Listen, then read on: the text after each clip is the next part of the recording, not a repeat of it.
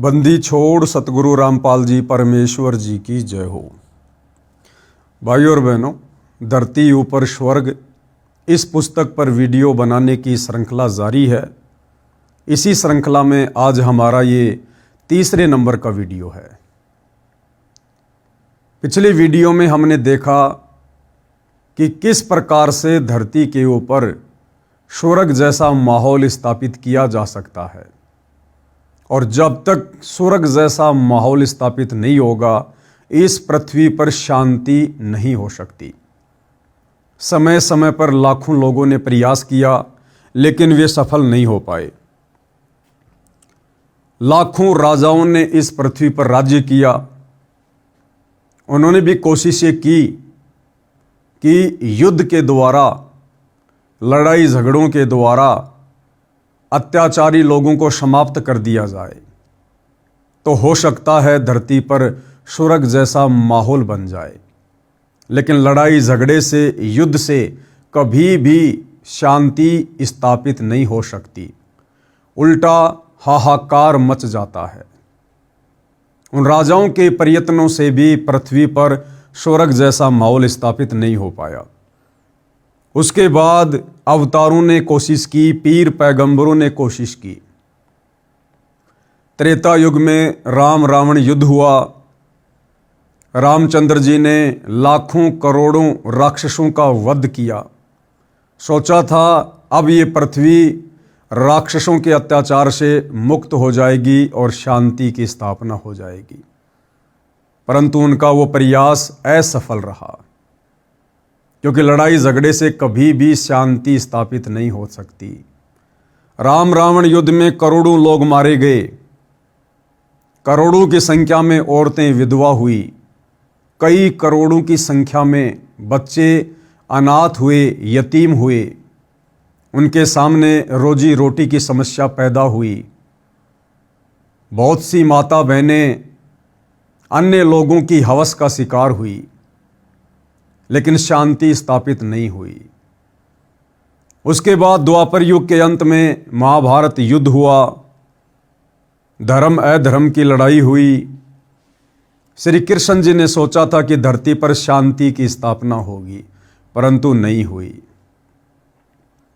उस शांति स्थापना के चक्कर में जो युद्ध के माध्यम से, लड़ाई के माध्यम से श्री कृष्ण जी सोच रहे थे, खुद श्री कृष्ण जी का यादव कुल समाप्त हो गया।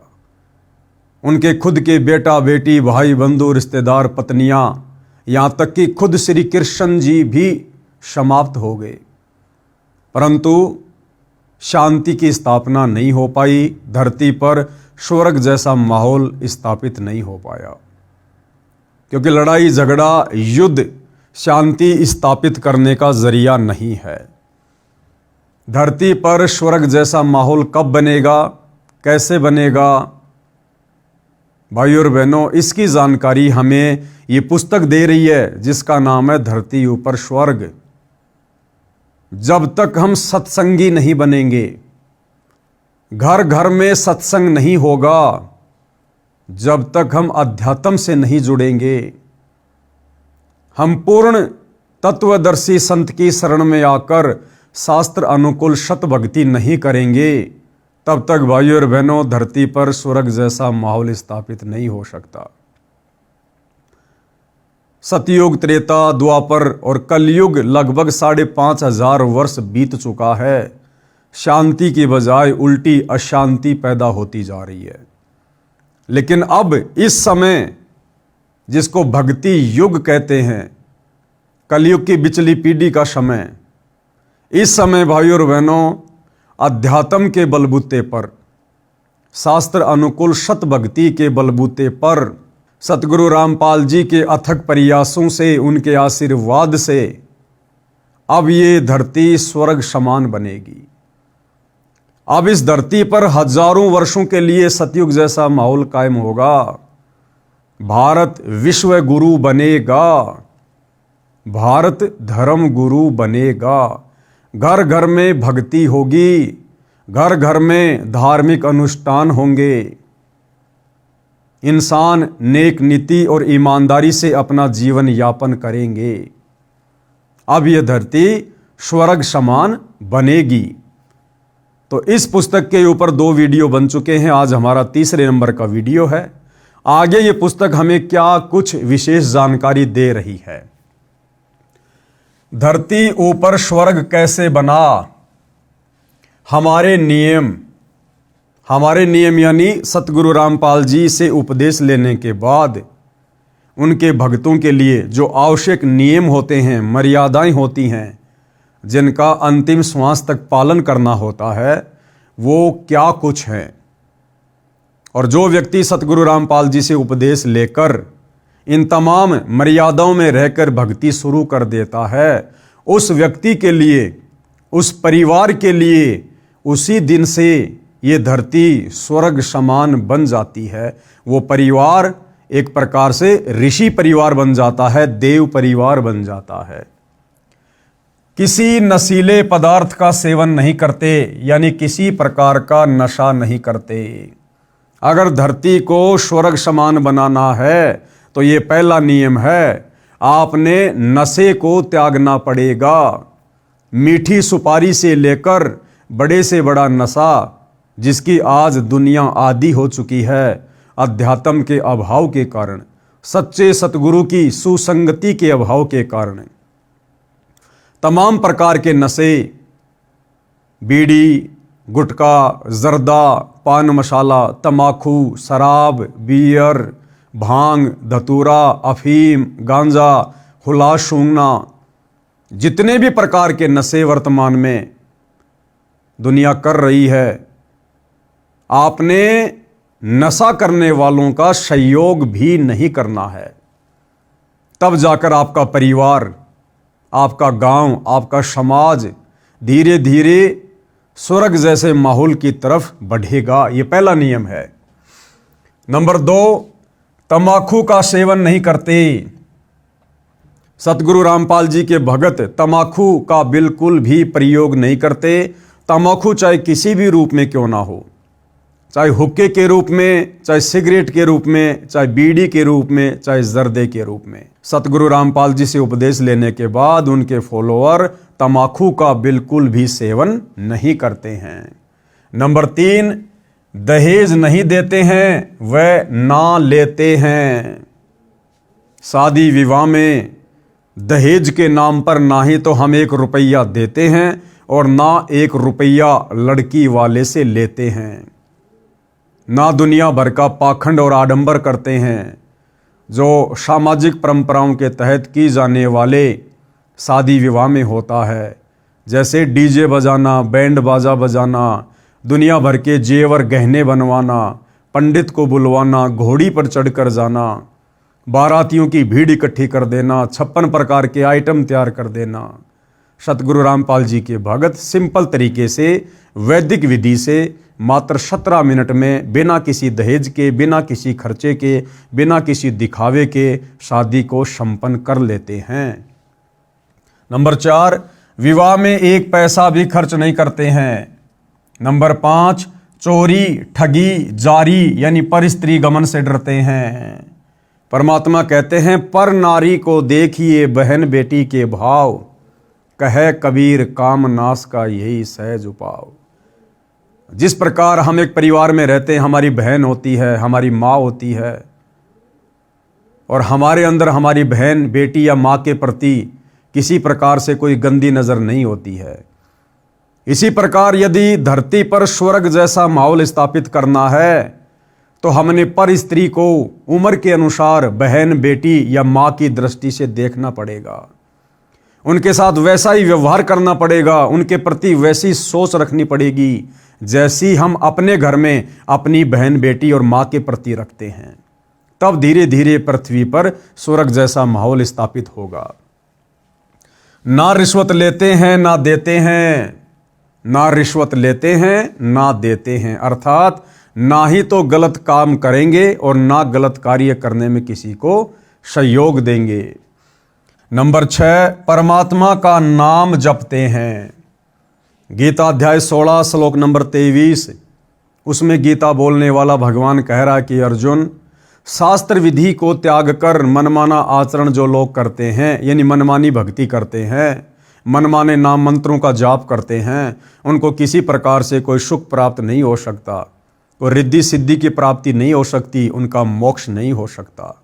तो सतगुरु रामपाल जी से उपदेश लेने के बाद हम जितने भी उनके फॉलोअर हैं, हम शास्त्र विधि को त्याग कर मनमाना आचरण नहीं करते, बल्कि शास्त्र अनुकूल भक्ति और धर्म कर्म करते हैं, जिससे हमें शीघ्र उस भक्ति का लाभ मिलता है। नंबर 7, धार्मिक अनुष्ठान गुरु जी की आज्ञा में रहकर करते हैं।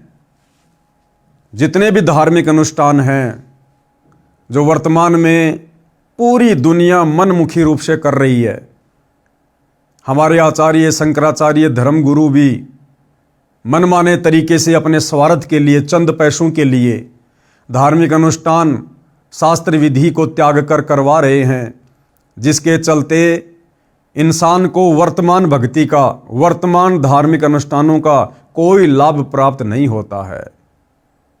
लेकिन सतगुरु रामपाल जी के भक्ति मार्ग में आने के बाद हम शास्त्र अनुकूल धर्म कर्म ही करते हैं, जिससे हमें तुरंत लाभ मिलता है।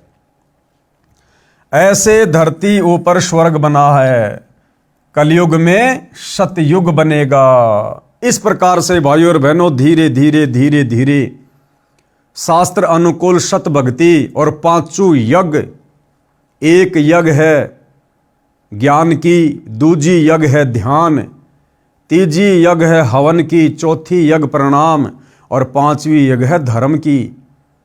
ये 5 यज्ञ वर्तमान में पूरी पृथ्वी पर केवल सतगुरु रामपाल जी के द्वारा अपने शिष्यों को प्रदान की जाती है। त्रिकाल संध्या पूरी पृथ्वी पर सतगुरु रामपाल जी के द्वारा केवल अपने शिष्यों को दी गई है, और इस विधि विधान अनुसार ये भक्ति इस पूरी पृथ्वी पर केवल सतगुरु रामपाल जी के भगत ही कर रहे हैं। और जिस दिन ये त्रिकाल संध्या, पांचों यज्ञ, शास्त्र अनुकूल सत भक्ति इस पृथ्वी पर घर घर में शुरू हो जाएगी, उस दिन भाइयों और बहनों ऑटोमेटिक धरती पर सतयुग जैसा माहौल हो जाएगा, स्वर्ग जैसा माहौल हो जाएगा। बाकी बातें बनाने से, सरकारों के द्वारा बड़े कड़े कड़े नियम लागू कर देने से, सख्ताई करने से कभी भी धरती के ऊपर स्वर्ग नहीं बन सकता। उल्टी अशांति होगी, हाहाकार मचेगा। सरकार यदि अपराध को रोकने का एक कड़ा कानून बनाएगी, अपराधी लोग 10 नए तरीके और अपराध को बढ़ाने के निकाल लेंगे। ये चूहा बिल्ली का खेल हमेशा बना रहेगा, कभी भी शांति स्थापित नहीं हो पाएगी। तो जितना जल्दी हो सके आप भाई बहन सतगुरु रामपाल जी के प्रवचन, उनके सत्संग जेब से मोबाइल निकालकर यूट्यूब पर देखना शुरू कीजिए। जब तक आप स्वयं नहीं बदलेंगे, आपके विचार नहीं बदलेंगे, जब तक आप खुद शास्त्र अनुकूल सत भक्ति पर नहीं लगेंगे, आपके बच्चे कैसे सुधरेंगे, आपका परिवार कैसे सुधरेगा। और जब आपके बच्चे सुधरेंगे, आपका परिवार सुधरेगा, तो आपको देखकर आपके आड़ोसी पाड़ोसी सुधरेंगे, पूरा गांव सुधरेगा। ऐसे ही एक दिन पूरी पृथ्वी पर यह स्वर्ग जैसा माहौल ऑटोमेटिक उत्पन्न होगा। आगे क्या कह रहे हैं? एक बुद्धिजीवी व्यक्ति ने हमारी व्यवस्था को ठीक से समझा तो बोला। यानी सतगुरु रामपाल जी कह रहे हैं कि एक पढ़ा लिखा बुद्धिजीवी व्यक्ति, उसने जब हमारे इस कबीर पंथ की मर्यादाओं को, नियमों को, भक्ति को अच्छे से समझा, तो उसके बाद उस व्यक्ति के क्या विचार थे। न तो तुम शराब पीते, ना बीड़ी सिगरेट हुक्का पीते, ना दहेज लेते ना देते, तुम जो कमाते हो वह सारी बचत है। जो संत रामपाल जी से दीक्षा ले लेता है उसके तो यूं समझो एक लड़का नौकरी लग गया, इतनी बचत हो जाती है। सही कहा उस व्यक्ति ने। आज हम दुखी क्यों हैं, परेशान क्यों हैं? 24 घंटे इंसान को टेंशन क्यों है? आवश्यकता से अधिक खर्चे, फालतू के खर्चे, व्यर्थ की परंपराओं के पचड़े, शादी आ जाती है, दुनिया भर का दिखावा, दुनिया भर का दहेज, बर्तन, कपड़े, गहने, दुनिया भर की टेंशन व्यर्थ की। उसके बाद नशे, कोई बीड़ी पीता है, कोई शराब पीता है, कोई मांस खाता है, दुनिया भर के खर्चे। लेकिन जब हम सतगुरु रामपाल जी की शरण में आ जाते हैं, उसके बाद हमें पता चलता है कि शास्त्र अनुकूल कर्म क्या है, शास्त्र अनुकूल धार्मिक और सामाजिक कर्म क्या हैं। हम कोई किसी प्रकार का त्योहार नहीं मनाते, ना होली, ना दिवाली, ना मकर संक्रांति, ना क्रिसमस, ना ईद, कुछ भी नहीं, जो कि खर्चों का कारण है। हम शादी विवाह में दुनिया वालों की तरह फालतू में दिखावा नहीं करते, आडंबर नहीं करते, ढोंग नहीं करते। सिंपल तरीके से 1 रुपया भी नहीं लगता और शादी हो जाती है मात्र 17 मिनट में। संत रामपाल जी के भगत किसी प्रकार का कोई नशा नहीं करते। कभी आजमाना हो तो आजमा के देख लेना। हालांकि सतगुरु रामपाल जी के पंथ में वर्तमान में 2 पार्ट हैं, 2 भाग हैं। एक भाग है सतलोक आश्रम से जुड़े भाई बहन, जो इन जगह जगह खुले हुए सतलोक आश्रमों में जाते हैं। दूसरा पार्ट है साध संगति से जुड़े सतसेवक भाई बहन। सतसेवक भाई बहन वर्तमान समय 2025 तक अपने गुरुदेव भगवान की गैर हाजिरी में घर को सतलोक आश्रम बनाकर, ज्ञान को आधार बनाकर, गुरु को परमात्मा मानकर मर्यादाओं में रहकर भक्ति करते हैं। तो साध संगति से जुड़े उन सतसेवक भाई बहनों के ऊपर आप जी कभी भी एक्सपेरिमेंट कर सकते हो।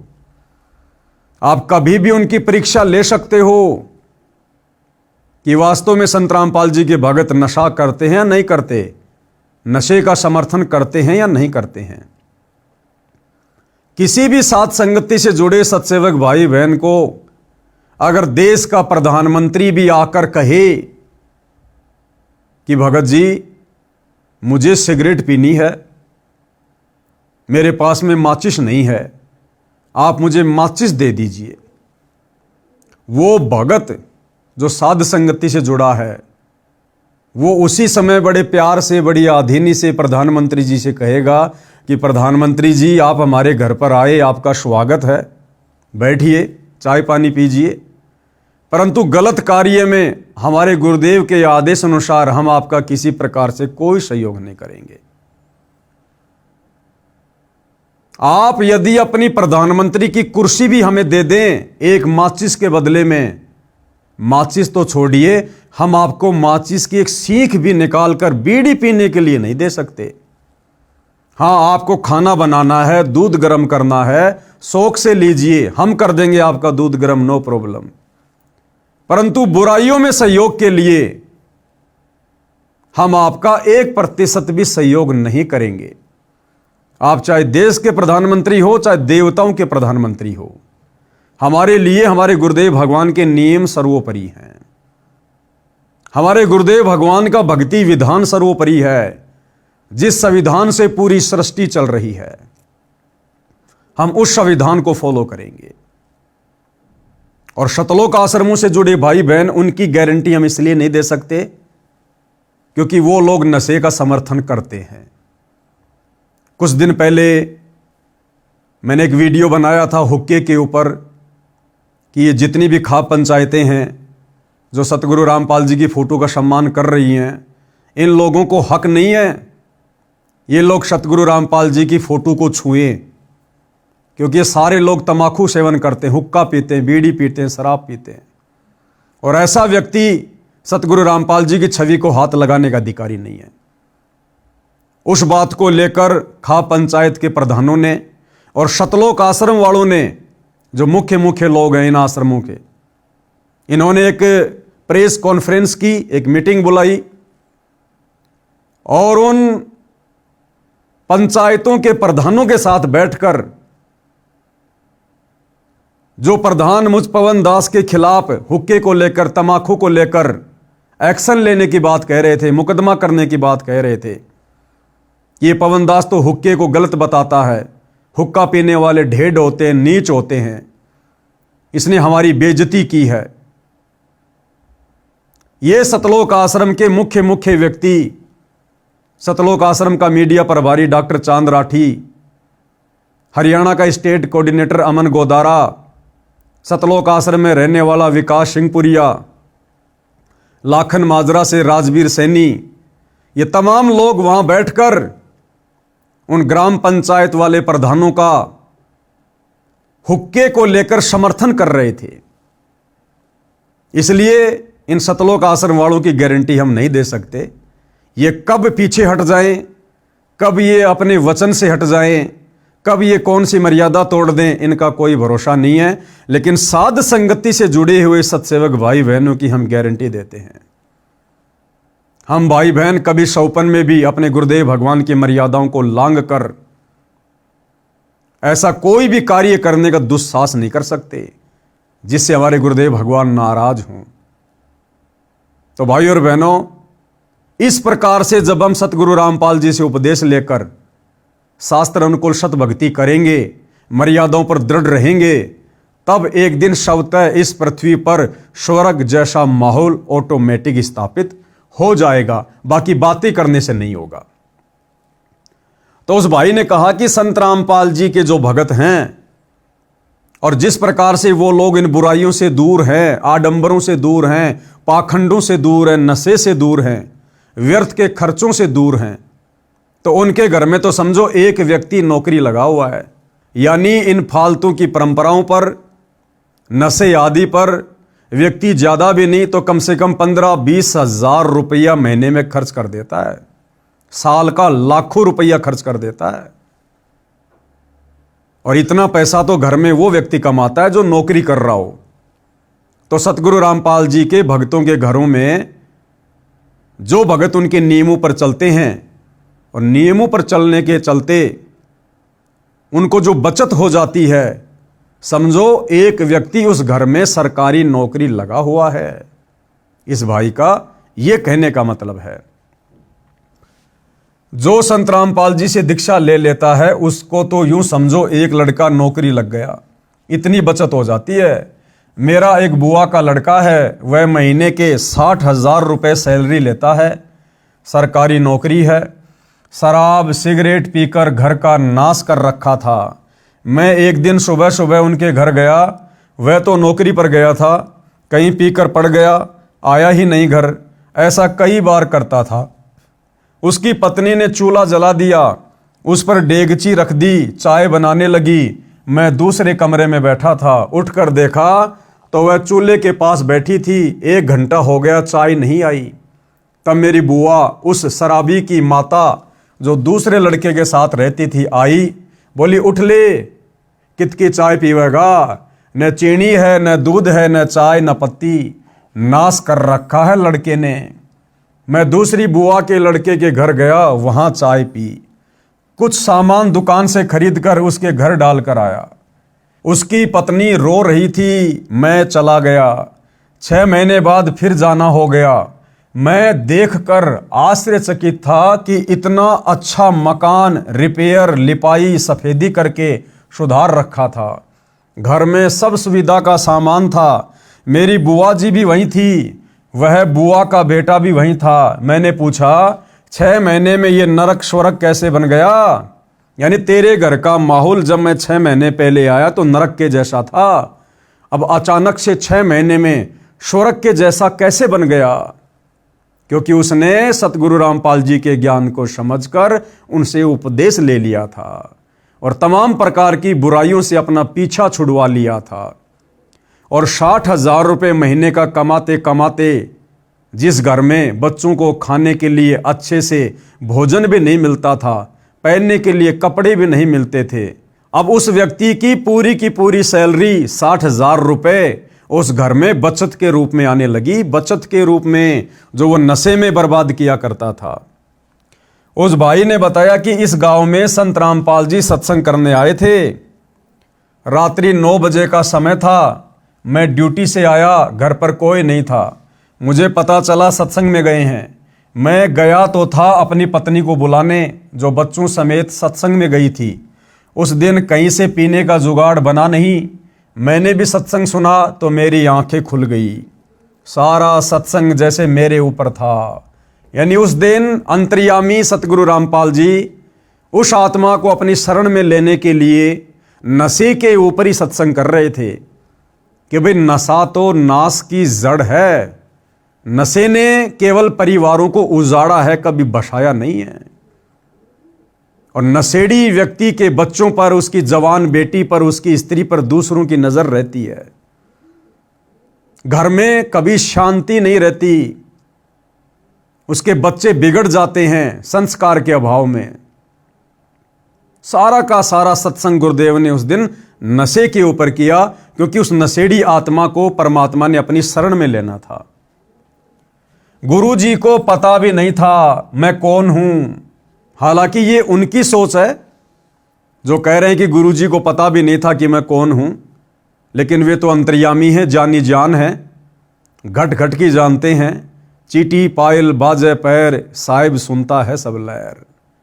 तो गुरुदेव को तो पता था कि वो आत्मा आ रही है जिस आत्मा को काल ने बुरी तरह से बिगाड़ रखा है। गुरु जी को पता भी नहीं था मैं कौन हूं। मैंने उसी दिन नाम ले लिया, सब बीड़ी शराब वाहियात का खर्च बंद कर दिया। जो कमाता हूं सारी बचत है, न रिश्वत लेने की आवश्यकता, न कंपनी में ओवर टाइम करना। ओवर टाइम वाला पैसा भी नशे में जाता था, उसके स्थान पर अन्य भाई बहनों को रोजगार मिल गया। अब एक चीज का हमें थोड़ा ध्यान देना होगा भाई और बहनों, क्योंकि हमने इन पुस्तकों को पढ़कर शिक्षा ग्रहण करनी है। यहां क्या लिखा गया है? नए कंपनी में ओवर टाइम करना। वो ओवर टाइम क्यों किया करता था? क्योंकि वो नशे का आदी था, गलत बुराइयों में पड़ा हुआ था, इसलिए ओवर टाइम भी किया करता था।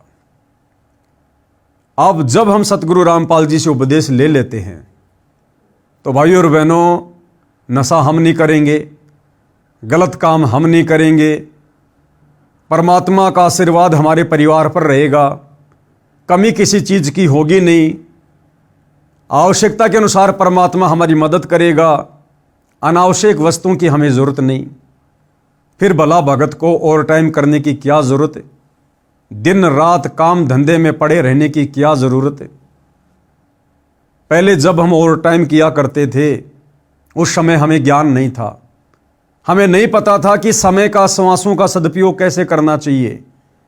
नाम दीक्षा से पहले हमारी एक ही सोच थी कि जिसके पास जितना ज़्यादा पैसा होगा समाज में उसकी इतनी इज्जत होगी। पैसा है तो सब कुछ है, वरना कुछ भी नहीं है। लेकिन उपदेश लेने के बाद हमें पता चला कि जिसके घर में भक्ति है तो सब कुछ है, जिसके परिवार पर सतगुरु का आशीर्वाद है तो सब कुछ है, जिसके पास सतगुरु का सतनाम है, नाम है, शरण है, तो समझो दुनिया का सबसे बड़ा धन उसके पास है। कबीरा सब जग निर्धना, धनवंता ना कोई, धनवंता सो जानिए जिसके पास राम नाम धन होए। तो सबसे बड़ा धन है सतगुरु का ज्ञान, सतगुरु का नाम, सतगुरु का आशीर्वाद। तो अब हम भगत भाई बहनों ने ज्यादा से ज्यादा समय सतगुरुदेव भगवान की भक्ति में व्यतीत करना है, सत्संग सुनने में, सुमरण करने में व्यतीत करना है। इसलिए नाम उपदेश लेने के बाद हमने ओवर टाइम करने की कोई आवश्यकता नहीं पड़नी चाहिए। वो ओवर टाइम का समय अब हम परमात्मा की भक्ति में, सुमरण करने में, या सत्संग में, या फिर सेवा करने में लगाएंगे, जिसका प्रतिफल हमें उस ओवर टाइम के बदौलत कई संख्यों गुणा ज्यादा मिलेगा परमेश्वर के दरबार में। क्योंकि नाम उपदेश लेने के बाद हमारा एक अकाउंट खुल जाता है, भक्ति वाला अकाउंट है। हम जो भी दान धर्म सुमरण सत्संग सुनते हैं, अच्छे कर्म करते हैं, धार्मिक अनुष्ठान करते हैं, हमारे भक्ति वाले खाते में वो हमारा भक्ति धन सूक्ष्म रूप में जमा होता रहता है। आप और हमें उसकी भनक भी नहीं है, लेकिन परमात्मा का सिस्टम ऑटोमेटिक है, ऑटोमेटिक सिस्टम है हमारा। जिस प्रकार हम किसी फैक्ट्री में काम करते हैं और हम जितना काम करेंगे, जितना ओवर टाइम करेंगे, या जिस दिन हम फैक्ट्री में नहीं आएंगे वो सारा का सारा जो कैलकुलेशन होता है ऑटोमेटिक जुड़कर और महीने में हमारी सैलरी बन जाती है और उसी हिसाब से फिर उसको महीने में सैलरी मिलती है। तो ये भक्ति रूपी अकाउंट जो सतगुरुदेव ने सूक्ष्म रूप से खोल रखा है, ये ऑटोमेटिक हम जैसा भी करेंगे, जैसे भी हमारे भाव होंगे, श्रद्धा होगी, दान धर्म की रुचि होगी, सत्संग सुनते हैं, सुमरण करते हैं, पांचों यज्ञ करते हैं, ऑटोमेटिक हमारा भक्ति धन सूक्ष्म अकाउंट में ऐड होता रहता है जो हमें दिखाई नहीं देता। जिस प्रकार एक मोबाइल से दूसरे मोबाइल में लाखों करोड़ों रुपया सेकंडों में ट्रांजैक्शन हो जाता है, लेकिन एक मोबाइल से दूसरे मोबाइल में जाते हुए वो पैसा नहीं दिखाई देता। इसी प्रकार जो भी हम भक्ति मार्ग पर करते हैं ऑटोमेटिक हमारी भक्ति वाले खाते में वो जमा होता रहता है।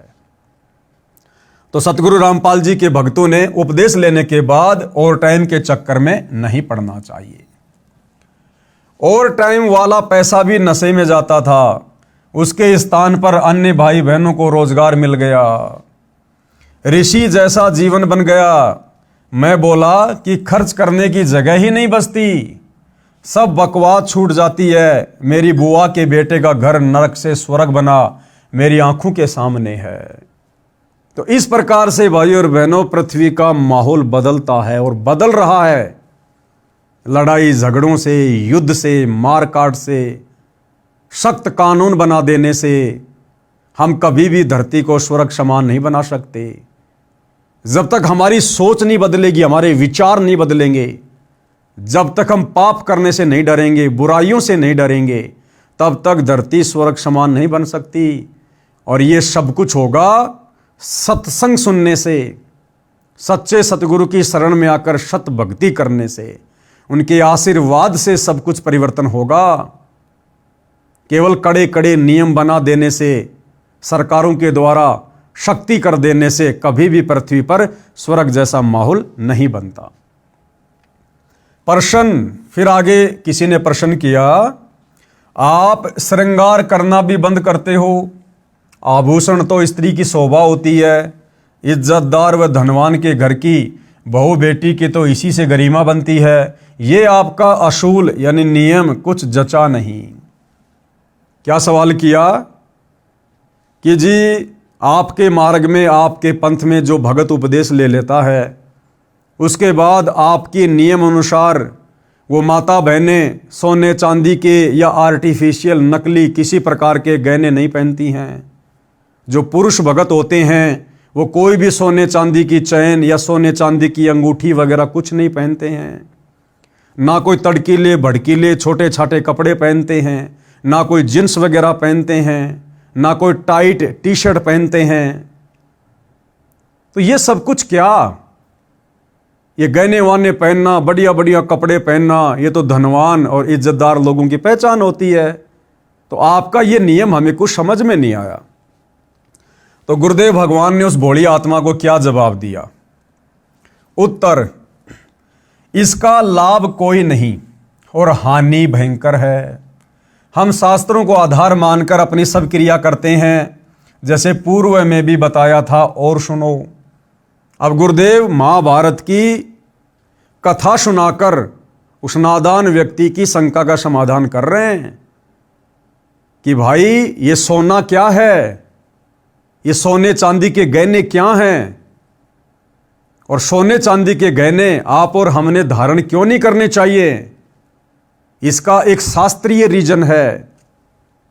महाभारत का प्रकरण है, राजा परीक्षित से जुड़ी हुई कथा है। और इस कथा से उन तमाम भगत भाई बहनों ने भी शिक्षा लेनी है। और इस कथा को सुनकर आज से ही किसी भी प्रकार के गहने, चाहे सोने के हों, चांदी के हों, आर्टिफिशियल हों, पहनने छोड़ देने हैं। यदि आपने अपनी भक्ति सफल करनी है, यदि आपने इसी कलयुग की पिछली पीढ़ी में सतगुरु के रहते सहते मोक्ष प्राप्त करना है तो सोना क्यों नहीं पहनना चाहिए? महाभारत में कथा है जो इस प्रकार है। राजा परीक्षित के समय उसके राज्य में बहुत सारी अप्रिय घटनाएं घटित होने लगी।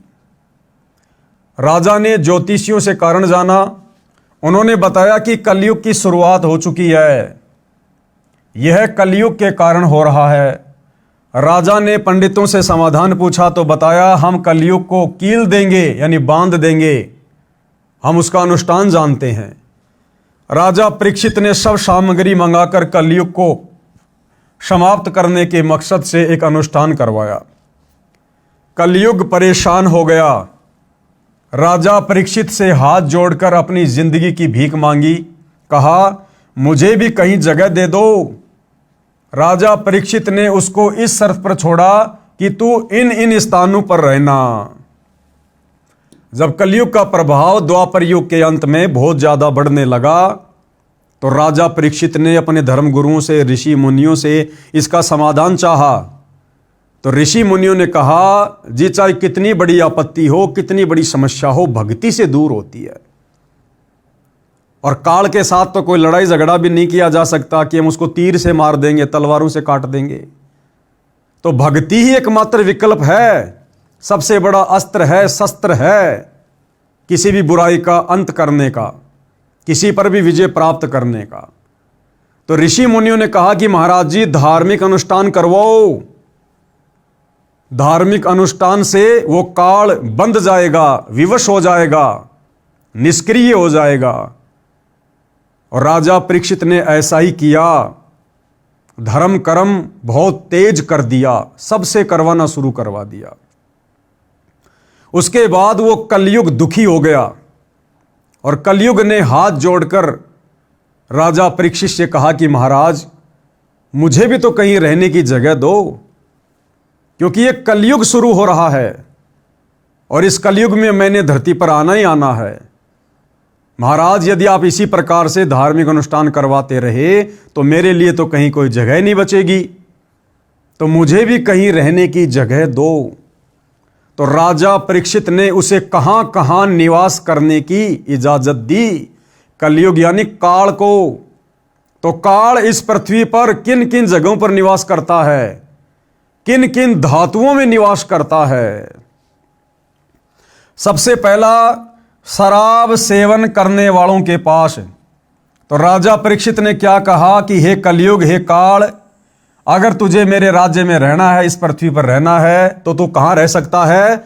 जहां पर लोग शराब का सेवन करते हैं, जहां पर शराब बनाई जाती है, जिस घर में शराब का सेवन होता है, जो व्यक्ति शराब का सेवन करता है, तू वहां पर निवास कर सकता है। तो भाई और बहनों, जिस परिवार में कोई व्यक्ति शराब पीता है या शराब का ठेका है, शराब की फैक्ट्री है, वहां पर साक्षात काल बैठा हुआ। काल कभी भी कोई भी अप्रिय घटना उन जगहों पर घटित हो सकती है, क्योंकि शराब पीने के बाद इंसान मति भ्रष्ट हो जाता है, राक्षस हो जाता है इंसान। परमात्मा कहते हैं, मांस खाए वो ढेढ़ सब और मद पीवे सो नीच। मद यानी शराब, शराब पीने वाला नीच होता है। मांस खाए वो ढेढ़ सब और मद पीवे सो नीच, और कुल की दुर्मति पर हरे भाई राम कहे सो ऊंच। तो सबसे पहले काल कहां निवास करता है? शराब सेवन करने वालों के पास। इसलिए सतगुरु रामपाल जी का नियम है कि उनसे उपदेश लेने के बाद उनका कोई भी भगत खुद तो शराब पिएगा नहीं, शराब पीने वालों का सहयोग भी नहीं करेगा। ना शराब के लिए पैसा देना, ना किसी को शराब खरीद कर लाकर देना। ये नियम है सतगुरु रामपाल जी का। नंबर 2, जहां पर काल निवास करता है, स्वर्ण यानी गोल्ड यानी सोना। सोने में काल का निवास है। राजा परीक्षित ने कहा कि आप सोने में भी निवास कर सकते हो, आप गोल्ड में निवास कर सकते हो। तो सोने में किसका वास है? काल का। और काल भाई और बहनों कभी भी सद्बुद्धि नहीं आने देता। तो सतगुरु रामपाल जी के मार्ग में या अन्य जगत वाले भाई बहन माताएं, अगर उनके घर में सोना है, अगर वे सोने चांदी के आभूषण पहनती हैं, उनको कभी भी सद्बुद्धि नहीं आ सकती। अगर जगत वाला है तो कभी भी उसको सद्बुद्धि नहीं आएगी, उल्टे काम ही करेगा। और यदि सतगुरु रामपाल जी से उपदेश लेने के बाद कोई सोना चांदी पहनता है, अपने घर में रखता है, तो समझो अभी उसके घर में परमात्मा का वास नहीं है। भगत होने के बावजूद उसके घर में अभी काल का वास है, काल का वास। तो जहां सोना होता है या जो भाई बहन सोना पहनते हैं, वहां पर काल का वास है। और सतगुरु रामपाल जी ने अपने भक्तों को सख्त हिदायत दी हुई है कि सोना पहनना तो दूर, सोने को तो घर में भी नहीं रखना चाहिए। एक छोटा सा सत्संग आपको सतगुरु रामपाल जी के मुख कमल से सुना देते हैं, सुनिएगा।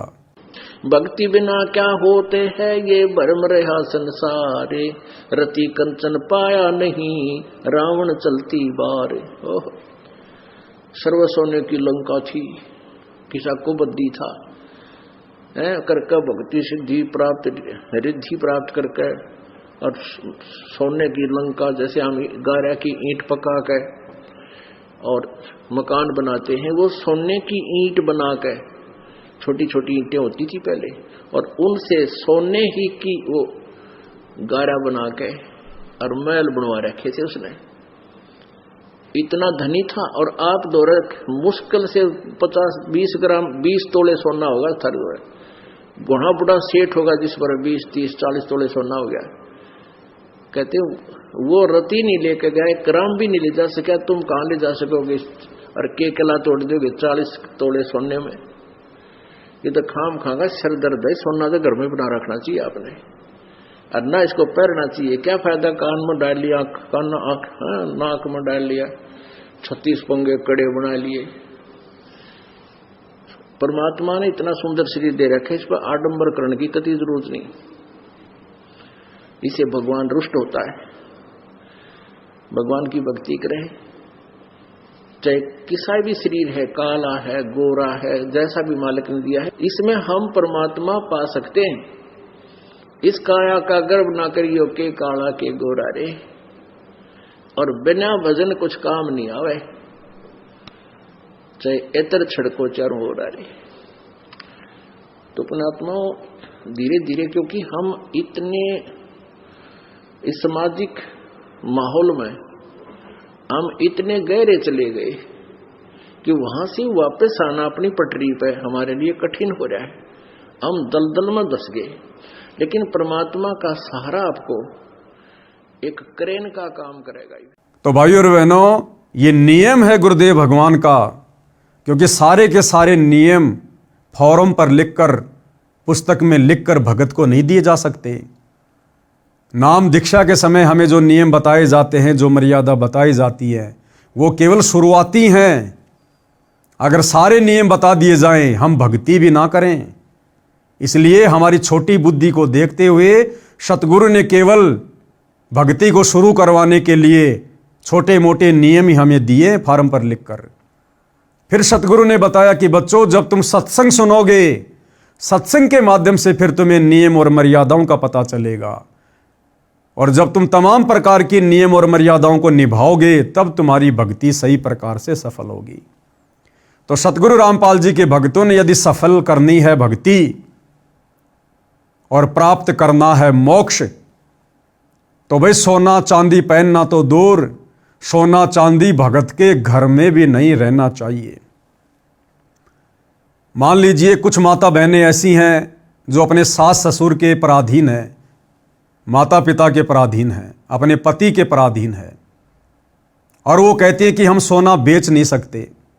कोई बात नहीं, अगर आपके घर के मुखिया, आपके सास ससुर, आपके पति अगर सोना बेचने नहीं देते हैं, तो कम से कम आपने तो सोना पहनना छोड़ना ही पड़ेगा।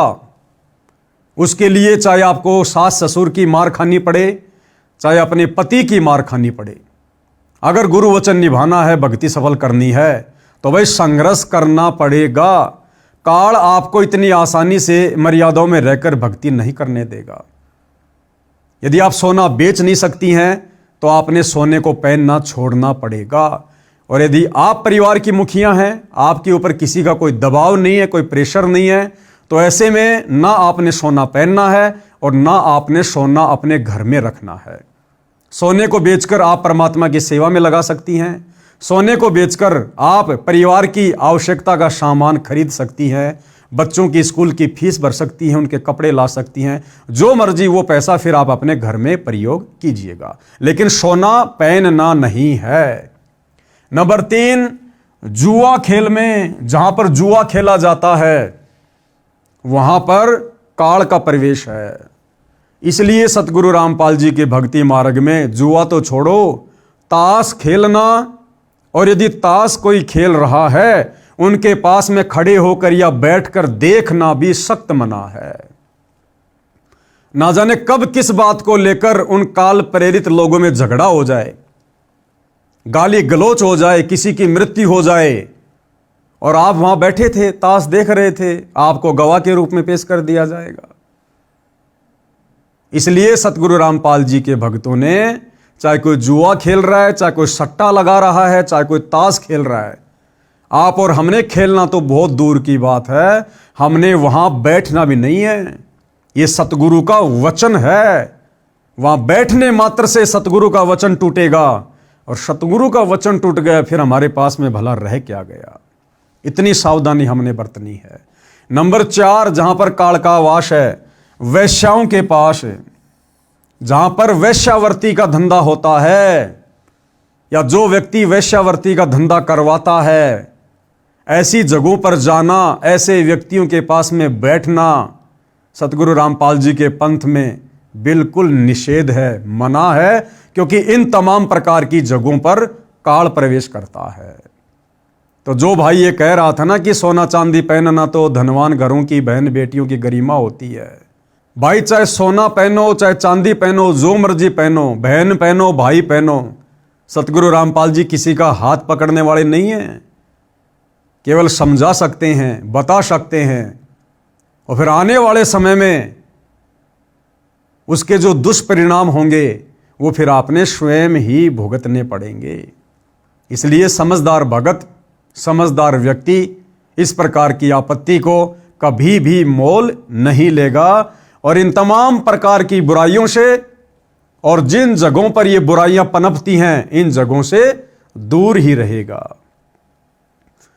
एक दिन राजा परीक्षित शिकार करने के लिए वन में गया, जंगल में गहरा चला गया, रास्ता भूल गया। राजा ने सिर के ऊपर सोने का मुकुट पहना था।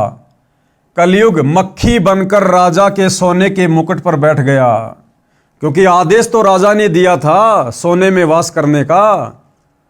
तो कलयुग यानी काल मक्खी बनकर राजा के सोने के मुकुट पर बैठ गया, और जैसे ही कलयुग बैठा राजा की बुद्धि भ्रष्ट हो गई, और राजा को क्या दुर्बुद्धि सूझी। एक ऋषि साधना कर रहा था, राजा ने आवाज लगाई कि ऋषि जी मैं मार्ग भूल गया हूं, मुझे मार्ग बता। ऋषि साधना में व्यस्त था, कोई उत्तर नहीं दिया। कई बार ऐसे ही कहा परंतु उत्तर नहीं मिला। कलयुग ने राजा की बुद्धि भ्रष्ट कर दी। राजा को अभिमान हुआ कि मैं राजा हूं और यह एक सामान्य व्यक्ति मेरा अनादर करके अपमान कर रहा है। अहंकार व्याप्त हो गया राजा परीक्षित में, जबकि राजा परीक्षित तो ऋषि मुनियों का, साधु संतों का बहुत ज्यादा आदर सत्कार किया करते थे, परंतु सोने के मुकुट में काल बैठ गया। चाहे सोने का मुकुट हो, चाहे सोने चांदी की अंगूठी हो, चाहे चैन हो, चाहे नाक का कांटा हो, चाहे कान की बाली हो, कुछ भी हो, चाहे 1 ग्राम हो, चाहे 1 किलो का मुकुट हो, सोना सोना ही है, चांदी चांदी ही है। आभूषण हमने धारण करने ही नहीं है। कलयुग के प्रभाववश होकर राजा ने एक मरा हुआ सर्प, जो उसने ऋषि की कुटिया की ओर आते समय कुटिया से थोड़ी दूरी पर देखा था, उसे तीर में टांग कर लाया, ऋषि जी के गले में मरा हुआ सांप डाल दिया और चला गया। उस ऋषि के बच्चे को, जो खेलने दूर ऋषि बच्चों के साथ गया हुआ था, बताया कि आपके पिताजी के गले में राजा परीक्षित ने मरा हुआ सांप डाला है। लड़का कुटिया पर आया और पिता के गले से सर्प उतारा और राजा परीक्षित को श्राप दे दिया कि राजा परीक्षित, तेरे को आज से 7 दिन बाद तक्षक सर्प डसेगा, तेरी मृत्यु हो जाए। 7 दिन के बाद राजा परीक्षित को तक्षक सर्प ने डसा और मृत्यु हो गई। इससे स्पष्ट है कि जिसके घर में वह शरीर पर सोना है उस पर कलयुग का दुष्प्रभाव रहता है, जो परेशानी का कारण बनता है। अब भाइयों और बहनों, ये कथाएं सतगुरु रामपाल जी महाराज कोई 1-2 वर्ष से नहीं सुना रहे। इस प्रकार की पुस्तकें लिख लिख कर समाज को और भगत समाज को शिक्षाएं 1 या 2 वर्षों से नहीं दे रहे। सन 1994 से सतगुरु रामपाल जी अपने भक्तों को इन कथाओं के माध्यम से ये शिक्षा देते आ रहे हैं कि बच्चों, आपने सोने चांदी के आभूषण धारण नहीं करने, सोना चांदी आपने घर में भी नहीं रखना है। लेकिन भाइयों और बहनों, बड़ी विडंबना की बात है, सैकड़ों किलोमीटर दूर से जो लोग संत रामपाल जी के सत्संग सुनने आते हैं, उन्होंने अपने गुरु के ज्ञान को आधार बनाकर सोने चांदी को घर से निकाल फेंका, अपने शरीर से सोना चांदी उतार दिया है। परंतु सतगुरु रामपाल जी का कलयुगी परिवार, उनकी कलयुगी धर्मपत्नी अनारो देवी, संत रामपाल जी की कलयुगी बेटी मंजू देवी और मंजू देवी की बेटियां आज भी सोने चांदी के आभूषण अपने शरीर पर धारण करती हैं 2025 तक। जबकि साध संगति से जुड़े हुए सत्सेवक भाई बहन इस बुराई को कब से छोड़ चुके हैं। शुरुआत में संघर्ष करना पड़ा, अपने पति की मार खानी पड़ी, सास ससुर की डांट खानी पड़ी, लेकिन उन आत्माओं ने गुरु वचन को सर्वोपरि रखा और उन आत्माओं ने जो साध संगति से जुड़ी हुई है, उन माता बहनों ने आज अपने शरीर से सोना चांदी दूर फेंक दिया है। परंतु सतगुरु रामपाल जी का परिवार आज वर्तमान 2025 तक भी इस काल को, इस कलयुग को अपने शरीर पर धारण किए बैठा है। अब जब सतगुरु रामपाल जी का परिवार ही सोना चांदी नहीं छोड़ रहा, पहनना नहीं छोड़ रहा, तो बाकी संगत को ये लोग किस मुंह से बोल सकते हैं। और संगत तो हमेशा भेड़ चाल में चलती है, तो सतलोक आश्रमों से जुड़ी हुई संगत भी ज्यादातर आज भी सोना चांदी अपने शरीर पर धारण करती है। इसलिए मैंने पहले कहा था कि मैं केवल अपने सत्सेवक भाई बहनों की गारंटी दे सकता हूं नियम और मर्यादाओं को लेकर, लेकिन सतलोक आश्रमों से जुड़े हुए भाई बहनों की गारंटी नहीं दी जा सकती। अन्य हानि सोने की, फिर गुरुदेव भगवान बता रहे हैं कि सोना पहनने से अन्य और क्या क्या हानि हो सकती है। नंबर 1, चोरी का भय, हमेशा डर बना रहेगा, कभी चोर गहने चुरा ना ले जाए। माता बहन कहीं यात्रा कर रही हैं, बस या ट्रेन की खिड़की के पास बैठी हैं, उनके कान में बड़े बड़े सोने के कुंडल हैं, अचानक से कोई मनचला व्यक्ति खिड़की में हाथ देकर उंगली फंसाकर उस सोने या चांदी के बाले में खींच लेता है। वो सोना तो गया सो गया, उस माता बहन का कान भी कट गया। या कोई चोरी कर ले जाए, सोने चांदी के लिए कोई व्यक्ति मर्डर भी कर दे। आए दिन हम लोग अखबार में देखते हैं। कुछ दिन पहले सोशल मीडिया पर देखा, एक औरत मजदूरी करने जाती थी, शायद राजस्थान से थी, उसके पैरों में चांदी के मोटे मोटे कड़े थे, क्योंकि राजस्थान में माता बहनें पुराने समय से चांदी के मोटे मोटे कड़े पहनती हैं। तो किसी व्यक्ति ने, क्योंकि कलयुग है भाइयों और बहनों, ज्यादातर को हराम की खाने की आदत है, उस माई के दोनों पैर काट दिए उस चांदी के कड़ों के लिए। वो बेचारी लहू लुहान पड़ी हुई है।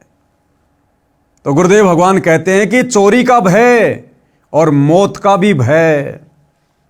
समाचार पत्रों में पढ़ते हैं, एक बहन सोने की मोटी चैन गले में पहने हुए थी, उसमें एक मोटा पिंडल लगा था, शहर से घर की ओर लौट रही थी। 2 व्यक्ति एक मोटरसाइकिल पर आए, एक ने चैन को पकड़कर झपट्टा मारा, मोटी चैन थी, टूटी नहीं, गर्दन में गड़ गई, जख्म हो गया। दूसरे ने कहा कि ले चाकू, गर्दन काट दे। ये सुनकर उस बहन ने हाथ जोड़कर जीवन की भीख मांगी, चैन निकाल कर दे दी और वो भाग गए। बहन मूर्छित होकर गिर गई। लोग इकट्ठे हो गए, अस्पताल में ले गए, इलाज करवाया, पुलिस बुलाई। जब वह बहन होश में आई तो चिल्लाई कि मारो मत मुझे, चैन निकाल लो। यानी उस समय तक भी वो सदमे में थी। जब होश में आई तो उसको लगा कि वो चैन छीनने वाले खड़े हैं। फिर अचेत हो गई। जब ठीक हुई तब सारी घटना बताई। कर लो दिखावा। बताओ ऐसी घटिया चीज का क्या दिखावा करें जिसको पहनने के चलते हमारी जान पर बनाए। इसलिए सतगुरु रामपाल जी अपने भक्तों को मना करते हैं कि भाई अगर आपने भक्ति करनी है, अगर आपने भगत बनकर रहना है तो आपने इस प्रकार की बकवादों से दूर होना पड़ेगा। हमें साधु की परिभाषा बताई गुरुदेव ने। साधु सोही जो सीधा चाल है, सिंपल तरीके से रहना, कोई मान बढ़ाई नहीं, कोई दिखावा नहीं, कोई अहंकार नहीं। अब माता बहनें सोना पहन लेती हैं, कई भाई मोटी मोटी सोने की चैन पहन लेंगे, अंगूठियां पहन लेंगे कई सोने चांदी की। अब बताओ सोना चांदी कोई दूध दे रहा है क्या? केवल दिखावा। ये दिखावा मान बढ़ाई को पैदा करेगा, ये दिखावा अहंकार को पैदा करेगा। और जिस भगत के अंदर मान बढ़ाई है, अहंकार है, दिखावे वाली सोच है, उस भगत के निकट भगवान 1% भी नहीं है। वो भगत अभी भक्ति के निकट भी नहीं है। तो भाई या तो दिखावा कर लो या भक्ति कर लो, दो नावों में सवारी नहीं चल सकती। सोना जिसे धनवानों की बहु बेटियों की गरिमा बताकर नरक ढोते हैं, वही जान का झाड़ बन गई। गरिमा सड़क किनारे अचेत मिट्टी में पड़ी थी। वो बहन, वो बेटी जिसकी सोने की चैन झपट्टा मारने के कारण गले में जख्म हो गया था, कह रहे थे ना कि ये तो धनवान घरों की बहन बेटियों की गरिमा है। तो गुरुदेव कहते हैं वो गरिमा अब रोड के किनारे मिट्टी में अचेत होके पड़ी हुई है। आदमी उठाकर अस्पताल में ले गए, नहीं तो गर्दन से रक्त निकलता रहता और मर जाती। 30 वर्ष के आसपास आयु की बहन कानों में मोटे मोटे छल्ले बाले पहने हुए थी। वे थे तो नकली परंतु असली लग रहे थे। वह ट्रेन के इंतजार में स्टेशन पर खड़ी थी। 2 झपट्टा मारों की नजर उस पर पड़ी थी। जब रेलगाड़ी आई, गाड़ी में चढ़ने वालों की भीड़ बन गई। वे दोनों उस खिड़की के पास आ गए जिसमें वह बहन चढ़ने के लिए खड़ी थी। भीड़ बहुत थी। बहन डिब्बे में प्रवेश कर गई। सीढ़ियों तक डिब्बा भरा था। गाड़ी 2 मिनट में चल पड़ी। उन दुष्टों ने एक एक कान का छल्ला पकड़ा, झपट्टा मारा, कान फट गए। दोनों ट्रेन से कूद गए। गाड़ी ने स्पीड पकड़ी ही थी। वह बहन चिल्लाई, तब तक ट्रेन दूर जा चुकी थी। डिब्बे के व्यक्तियों ने गाड़ी की चैन खींची। लुटेरे तो जा चुके थे। उस बहन को अस्पताल में ले जाया गया, इलाज करवाया। तब उस बहन ने बताया कि ये कानों के बाले छल्ले नकली थे। ये झूठी शान का दिखावा भी दुख का मूल मंत्र है। आजकल चल रहा है ना गोल्डन पॉलिश वाले सोने के आभूषण, ब्याह शादी में माता बहनें पहन के जाती हैं। यानी जिनके घरों में सोना नहीं होता है, जिन माता बहनों के पास सोने के आभूषण नहीं होते, वो आर्टिफिशियल सोने के आभूषण पहनती हैं जिन पर सोने जैसी पॉलिश की गई होती है। क्या है वो? दिखावा, झूठी मान बढ़ाई। अब इस दिखावे के चक्कर में वो कान के मोटे मोटे बाले जिन पर गोल्डन पॉलिश की हुई थी, उस बहन के लिए जान की आफत बन गए। अरे वो बाड़े कितने के होंगे? 100-200 रुपए के। और बहन के कान फट गए और इलाज करवाने में कई हजार रुपए उसने बर्बाद कर दिए होंगे। और जो पीड़ा सही, जो दुख सहा, वो अलग है। सिर्फ दिखावे के चक्कर में। इसलिए परमात्मा कहते हैं मान बढ़ाई से हैं दूर। कौन? परमात्मा। सतगुरु हमेशा मान बढ़ाई करने वाले, दिखावा करने वाले भक्तों से दूर रहते हैं। मान बढ़ाई से हैं दूर और आजिज के हरि सदा हजूर। और जो आधीन भगत होता है, मान बड़ाई दिखावे से दूर होता है, सिंपल तरीके से रहता है, परमात्मा यानी सतगुरु रामपाल जी भगवान कहते हैं मैं तो उस भगत का भी दास हूं, दास। और वे जो अपने आप में आंडी पाक कर फिर है, दिखावा करता है, कहते हैं उसके तो मैं निकट भी नहीं हूं। सोने को त्याग देने का लाभ। अब क्या कह रहे हैं गुरुदेव कि सोने को त्यागने से क्या लाभ है? ना कोई चोरी का डर रहेगा, ना झपट्टा मारूं का डर रहेगा। यदि सब जनता हमारे की तरह सादा जीवन जिए तो घर स्वर्ग बनेगा ही बनेगा। ना तो चोरों का डर, ना झपट्टा मारों का डर, ना शरीर को कोई हानि होगी, ना कोई व्यर्थ का दिखावा होगा। और सबसे बड़ी बात, घर में काल का प्रवेश नहीं होगा। तो सतगुरु रामपाल जी भगवान कह रहे हैं अगर इस प्रकार से मेरे भक्तों की तरह जिस दिन ये सारी दुनिया वाले भक्ति लेकर भक्ति करेंगे, सादा जीवन जिएंगे, तो ये पृथ्वी ऑटोमेटिक स्वर्ग के जैसी बन जाएगी, स्वर्ग समान। और भारत देश विश्व के धनी देशों में प्रथम श्रेणी में खड़ा होगा। कारण विश्व में प्रत्येक देशों की जीडीपी सोने से चलती है। जिस देश के खजाने में जितना अधिक सोना यानी गोल्ड होगा, उसकी जीडीपी उतनी अधिक होती है। अंग्रेज भारत पर राज करते थे, बहुत सारा सोना सस्ते में ले गए, जो उनकी जीडीपी को ऊंचा बनाए हुए है।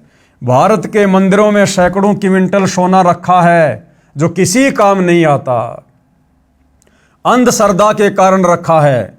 उसे सरकार के खजाने में जमा कराया जाए, सरकार मोल लेती है। भारत का रुपया अमेरिका के डॉलर के बराबर हो जाएगा। उस सोने की कीमत से धार्मिक अनुष्ठान करवाए जाएं, गरीबों की मदद की जाए ताकि दानकर्ताओं को पुण्य मिले। फिर गुरुदेव भगवान सोना चांदी पहनने वालों को समझाते हुए ये व्यर्थ का दिखावा करने वालों को एक छोटी सी कथा के माध्यम से, जो कि पुल्लो बहन की कथा है, पुल्लो माई की कथा, और क्या शिक्षा दे रहे हैं। पुल्लो बाई की नसीहत। एक राजा ने भगतमती पुल्लो बाई के ज्ञान विचार सुने, बहुत प्रभावित हुआ। उस राजा की 3 रानियां थी। राजा ने अपनी रानियों को पुल्लो बाई के विषय में बताया। राजा ने कई बार पुल्लो बाई भगतनी की अपनी रानियों के सामने प्रशंसा की। अपने पति के मुख से अन्य स्त्री की प्रशंसा सुनकर रानियों को अच्छा नहीं लगा, परंतु कुछ बोल नहीं सकी। उन्होंने भगतमती पुल्लो बाई को देखने की इच्छा व्यक्त की। यानी राजा उस साध्वी की प्रशंसा किया करता था अपनी रानियों के सामने, और रानियों को यह सब कुछ अच्छा नहीं लगता था। रानियां ये सोचती थी कि वो पुल्लो बाई जरूर हमसे ज्यादा सुंदर है, हमसे ज्यादा सोने चांदी के गहने पहनती होगी, नए नए वस्त्र पहनती होगी, जिस कारण से राजा उसकी बढ़ाई कर रहा है। लेकिन राजा उस हिसाब से बढ़ाई नहीं कर रहा था। राजा तो उसका जो चरित्र था, उसकी सादगी थी, उसका रहन सहन था, उसका भक्ति भाव था, उस हिसाब से उसकी प्रशंसा किया करता था। लेकिन रानियां समझ नहीं पाई, और रानियां उसकी चर्चा सुनकर व्यर्थ में उस पुल्लो बाई से द्वेष पाल बैठी, ईर्ष्या करने लगी कि वो ऐसी क्या सुंदर स्त्री है, इतनी क्या सुंदर है, जो राजा हमारे सामने उसकी बढ़ाई कर रहा है। राजा ने पुल्लो बाई को अपने घर पर सत्संग करने के लिए कहा, तो पुल्लो बाई ने सत्संग की तिथि तथा समय राजा को बता दिया। सत्संग के दिन रानियों ने अति सुंदर कीमती वस्त्र पहने तथा सब आभूषण पहने, अपनी सुंदरता दिखाने के लिए कोई कसर नहीं छोड़ी। रानियों ने सोचा था कि पुल्लो बहुत सुंदर होगी। भगतमती पुल्लो राजा के घर आई। उसने खद्दर का मैला सा वस्त्र धारण कर रखा था, हाथ में माला थी, चेहरे का रंग भी साफ नहीं था। भगतमती पुल्लो को देखकर तीनों रानियां खिलखिलाकर हंसने लगी और बोली कि ये है वो पुल्लो, हमने तो सोचा था कि बहुत सुंदर होगी। उनकी बात सुनकर भगतमती पुल्लो बाई ने क्या कहा, जब वो रानियां पुल्लो बाई को देखकर उसका मजाक उड़ाने लगी। तो पुल्लो बाई ने क्या कहा, भाई गैणा बादा तन की शोभा, यो तन काचो बांडो, और बिना भजन के कुतिया बनोगी, वरना राम भजलो रांडो। क्या कहा, वस्त्र आभूषण तन की शोभा, कि ये जो सोने चांदी के गहने वगैरह तुमने पहन रखे ना, दुनिया भर के तड़कीले भड़कीले जो कपड़े पहन रखे ना, ये केवल तुम्हारे शरीर की सुंदरता और शोभा तक सीमित हैं। आत्मा का इनसे कोई लेना देना नहीं है। गहना बादा तन की शोभा, ये तन काचो भांडो, कि नादानो ये शरीर तो कच्चा मटका है। जैसे कच्चा मटका होता है, जरा सा ऊपर से नीचे गिर जाए तो फूट जाए, आग में गिर जाए तो जल के मर जाए, पानी में गिर जाए तो डूब के मर जाए, रोड पर एक्सीडेंट में मर जाए, बीमारी से मर जाए, लड़ाई झगड़े में मर जाए। तो संतों ने इस शरीर को, जो हाड़मास का पुतला है, इसको कच्चे मटके की संज्ञा दी है। वस्त्र आभूषण तन की शोभा, ये तन काचो भांडो, और भक्ति बिना बनोगी कुतिया, राम भजो न रांडो। क्या कहा पुल्लो बाई ने, प्यार प्रेम में जैसे दो सखियां आपस में कई दिनों बाद मिलती हैं और आपस में एक दूसरे को रांड कहकर भी संबोधित कर देती हैं। गांव में होता है भाई और बहनों, हम जब छोटे छोटे थे तो हमारी जो बड़ी बड़ी जो बहनें होती थी, आड़ोस पड़ोस वाली होती थी, तो कई बार कोई ससुराल से आती थी, गांव की लड़की से मिलती थी, भैंसों का गोबर डालने जाती थी या कुएं से पानी लेकर आती थी, रास्ते में मिलती थी, तो प्यार प्रेम में बातें किया करती थी कि हे रांड, अब की बार तो तू बहुत दिन बाद आई, तुझे तो हमारी याद ही नहीं आती, ससुराल में जाके रम गई। तो वहां पर रांड कहने का मतलब वो प्यार से कह रही है। हालांकि रांड एक गाली है, लेकिन उस समय वहां पर वो प्यार से कह रही है एक दूसरे को कि हे रांड, अब की बार तो तू बहुत दिनों में आई, लगता हमारे को भूल गई। तो पुल्लो बाई ने इसी प्रकार प्यार प्रेम से उनको समझाते हुए कहा कि नादानो, ये वस्त्र आभूषण तन की शोभा और ये तन काचो बांडो, कि जिस शरीर के ऊपर तुम ये धारण करके अपने आप को सुंदर मान के बैठी हो ना, इस शरीर का कोई भरोसा नहीं है, ये तो मिट्टी का मटका है, ना जाने कब फूट जाए। इस शरीर के रहते सहते, इस शरीर की शोभा, इस शरीर की गरिमा, इस शरीर की इज्जत भी इसी में है कि इस शरीर से हम भक्ति कर लें, परमात्मा का नाम जाप कर लें, सच्चे सतगुरु की शरण में आकर सतनाम का जाप कर लें। अगर ये नहीं किया तो अगले जन्म में काल तुम्हें कुतिया बना के छोड़ेगा, लख 84 योनियों में। फिर तुम्हें कौन सोने चांदी के गहने पहनाएगा, कौन तुम्हें महंगे महंगे वस्त्र पहनाएगा, नंगी बन के घूमोगी एक रोटी के टुकड़े के लिए, फिर ऐसी दुर्गति होगी। वस्त्र आभूषण तन की शोभा, ये तन काचो भांडो, भक्ति बिना बनोगी कुतिया, राम भजलो रांडो। भावार्थ, सुंदर वस्त्र तथा आभूषण शरीर की शोभा बढ़ाते हैं, ये शरीर तो नाशवान है। जैसे कच्चा घड़ा होता है, ये शरीर भी क्षणभंगुर है, न जाने किस कारण से, किस उम्र में और कब नष्ट हो जाए, कोड लग जाए तो नष्ट हो जाए। यदि भक्ति नहीं की तो अगले जन्म में कुतिया का जन्म पाओगी, फिर निवस्त्र भटकती फिरोगी, यानी नंगी होकर घूमती रहोगी फिर। इसलिए कहा है रांडो, अर्थात स्त्रियों भक्ति करो।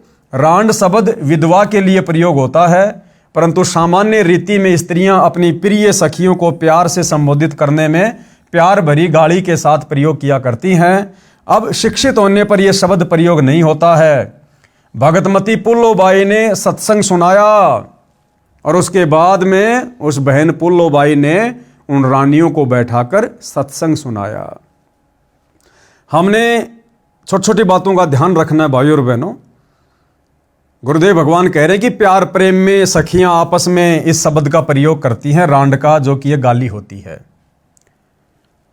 सतगुरु रामपाल जी से उपदेश लेने के बाद हमने इस शब्द का किसी भी प्रकार से प्रयोग नहीं करना है, ना प्यार प्रेम में और ना गाली के रूप में। आप और हमारी मर्यादाएं जगत से अलग हैं, विशेष हैं। कबीर परमेश्वर जी की साखियां सुनाई। कबीर हरि के नाम बिना नारी कुतिया होए, यानी जो माता बहन चाहे कितने बड़े परिवार की हो, कितने बड़े खानदान की हो, कितनी सुंदर हो, कितनी बड़ी अधिकारी हो, अगर उसने सच्चे सतगुरु से उपदेश लेकर सत भक्ति नहीं की तो अगले जन्म में काल उसको कुतिया की योनि में डालता है, कुतिया बनाता है, कुतिया।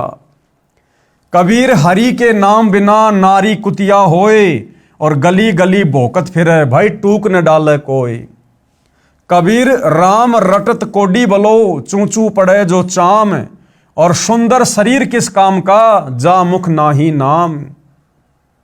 आप कितने बड़े पहलवान हैं, कितने सुंदर हैं, यदि आपके पास में सच्चा नाम नहीं है, शास्त्र अनुकूल भक्ति सच्चे सतगुरु से लेकर आप नहीं कर रहे हैं, तो कहते आपका जीवन व्यर्थ है, व्यर्थ। कबीर नहीं भरोसा देही का, विनस जाए छिनमाही। इस मिट्टी के शरीर का, इस देह का कोई भरोसा नहीं है, किस कारण से और कब और किस समय यह नष्ट हो जाए। विनस जाए छिनमाही, कहते हैं इसका एक ही यूज है, इसका एक ही इसका प्रयोग है। श्वास श्वास में नाम जपो, और यतन कुछ नहीं। श्वास ऊं श्वास में नाम जपो, और ये श्वास ऊं श्वास का नाम आज इस पूरी पृथ्वी पर केवल सतगुरु रामपाल जी के पास है। कबीर श्वास ऊं श्वास में नाम जपो, व्यर्था श्वास मत खो, भाई ना जाने इस श्वास का आवन हो कि ना हो। क्यों? क्योंकि ये श्वासें परमात्मा ने हमें गिन कर दी है, काउंट करके दी है, उससे ज़्यादा हम एक श्वास भी अपनी मर्जी से नहीं ले पाएंगे। तो जब तक शरीर में श्वास है, सच्चे सतगुरु की पहचान करके, और वे पहचान तो हो चुकी है, सच्चे सतगुरु ने आकर खुद अपनी पहचान बता दी है। लाखों भगत उनके अनुयायी बनकर अपनी श्वासों का सदुपयोग कर रहे हैं। ये उन लोगों के लिए शिक्षा है जो लोग अभी सतगुरु रामपाल जी के संपर्क में नहीं हैं, उनके सत्संग सुनकर उनके भक्ति मार्ग से नहीं जुड़े हैं। गरीब सर्व सोने की लंका थी, रावण से रणधीरम, भाई एक पलक में राज्य गया और जम के पड़े जंजीरम। परमात्मा हमें शिक्षा दे रहे कि नादानो, तुम तो ये छोटे मोटे 2-4 तोले के सोने के आभूषण पहनकर अपने आप को बहुत बड़े शहंशाह मान बैठे हो। कहते हैं लंका का राजा रावण, उसकी तो पूरी सोने की नगरी थी। रावण का महल गुरुदेव भगवान ने बताया सूक्ष्म वेद में 48 किलोमीटर ऊंची रावण के महल की सबसे ऊंची अटारी थी, 48 किलोमीटर। क्योंकि भैया 150 फुट तो उसकी हाइट थी, और कोई बड़ी बात नहीं है। उस समय सिद्धियां थी, सिद्धि शक्ति से वो अपने महलों में ऊपर नीचे आया जाया करते थे। क्योंकि रावण ने अपनी सिद्धि शक्ति से खुद भी उड़कर अपनी सेना को उड़ाकर और देवताओं के ऊपर धावा बोल दिया था। तो इसी प्रकार से वो सिद्धि शक्ति से अपने महल के ऊपर आया जाया करता था। जैसे आजकल लिफ्ट वगैरह लग गई है, उस समय सिद्धि शक्ति से आया जाया करते थे। तो रावण की तो 48 किलोमीटर ऊंची पूरी की पूरी लंका, उसका महल सोने का था, सोने का। कहते अंत समय में बिना भक्ति के वो एक सुई की नोक जितना सोना भी साथ नहीं ले जा सका, और अंत में कुत्ते वाली मौत हुई, दुर्गति से मरा वो बिना भक्ति के। तो आप और हमारी क्या औकात है कलयुग के जीवों की?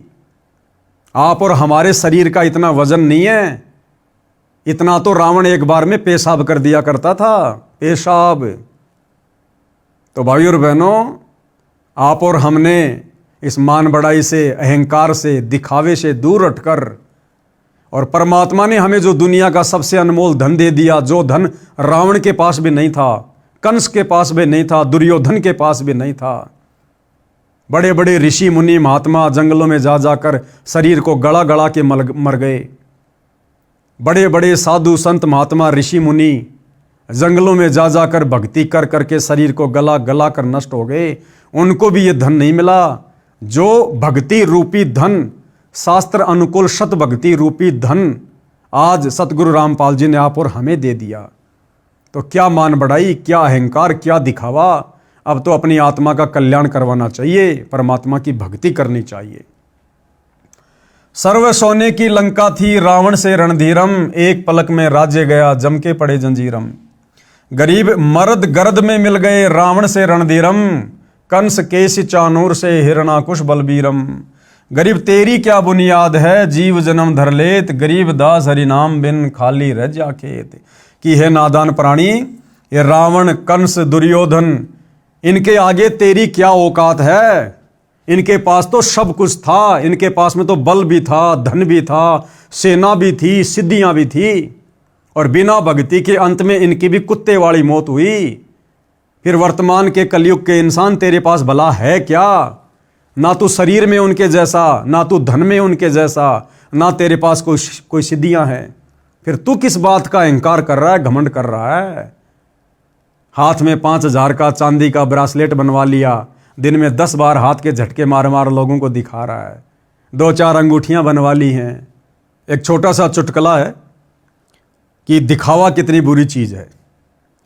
एक व्यक्ति अपने ससुराल चला गया, पुराने समय की बात है, और उस समय जब रिश्तेदार आते थे तो चावल के ऊपर चीनी वगैरह डाल के, बूरा ऊपर से देसी घी डाल के खिलाया जाया करता था।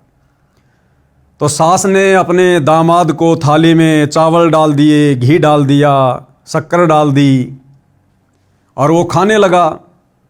और जिस हाथ से खाना खाना था उसने उसी हाथ में सोने की अंगूठी पहन ली कि सासू माँ देखेगी, बड़ी खुश होगी कि दामाद जी तो बहुत ज़्यादा पैसे कमाते हैं, देखो सोने की अंगूठी पहन रखी है। तो सास को दिखाने के लिए उसी हाथ से चावल खाने लगा, उसी हाथ से। सास का ध्यान उधर गया नहीं। जब चावल खत्म हो गए तो सास ने कहा, जी चावल और डालूं? तो उसने उसी उंगली से इशारा किया कि यहां डालो, यहां। तो सास ने वहां डाल दिए, वो भी उसने खा लिए। फिर कहा सास ने, जी चावल और डालूं? उसने उसी उंगली से इशारा किया कि यहां डालो, यहां यहां। वो सोच रहा था कि सासू माँ मेरी उंगली को देखेगी तो प्रशंसा करेगी। सासू ने ध्यान नहीं दिया। ऐसा तकरीबन 4-5 बार हुआ। अंत में सासू की नजर गई उसकी उंगली पर, चमचमाती हुई सोने की अंगूठी पर। तो सासू ने कहा, ओ हो दामाद जी ने लगता है नई सोने की अंगूठी बनवा ली। तो दामाद ने कहा कि हे सासू माँ, इस अंगूठी की प्रशंसा अगर तू पहले कर देती, पहले देख लेती, तो ना तो तेरे चावलों का नाश होता और ना मेरे पेट का सत्यानाश होता, दोनों का नुकसान हो गया। तो कहने का मतलब है भाई और बहनों, हमने ये व्यर्थ का दिखावा नहीं करना, इसमें केवल नुकसान ही नुकसान है। अब गुरुदेव भगवान ने इन वाणियों का क्या सरलार्थ किया है?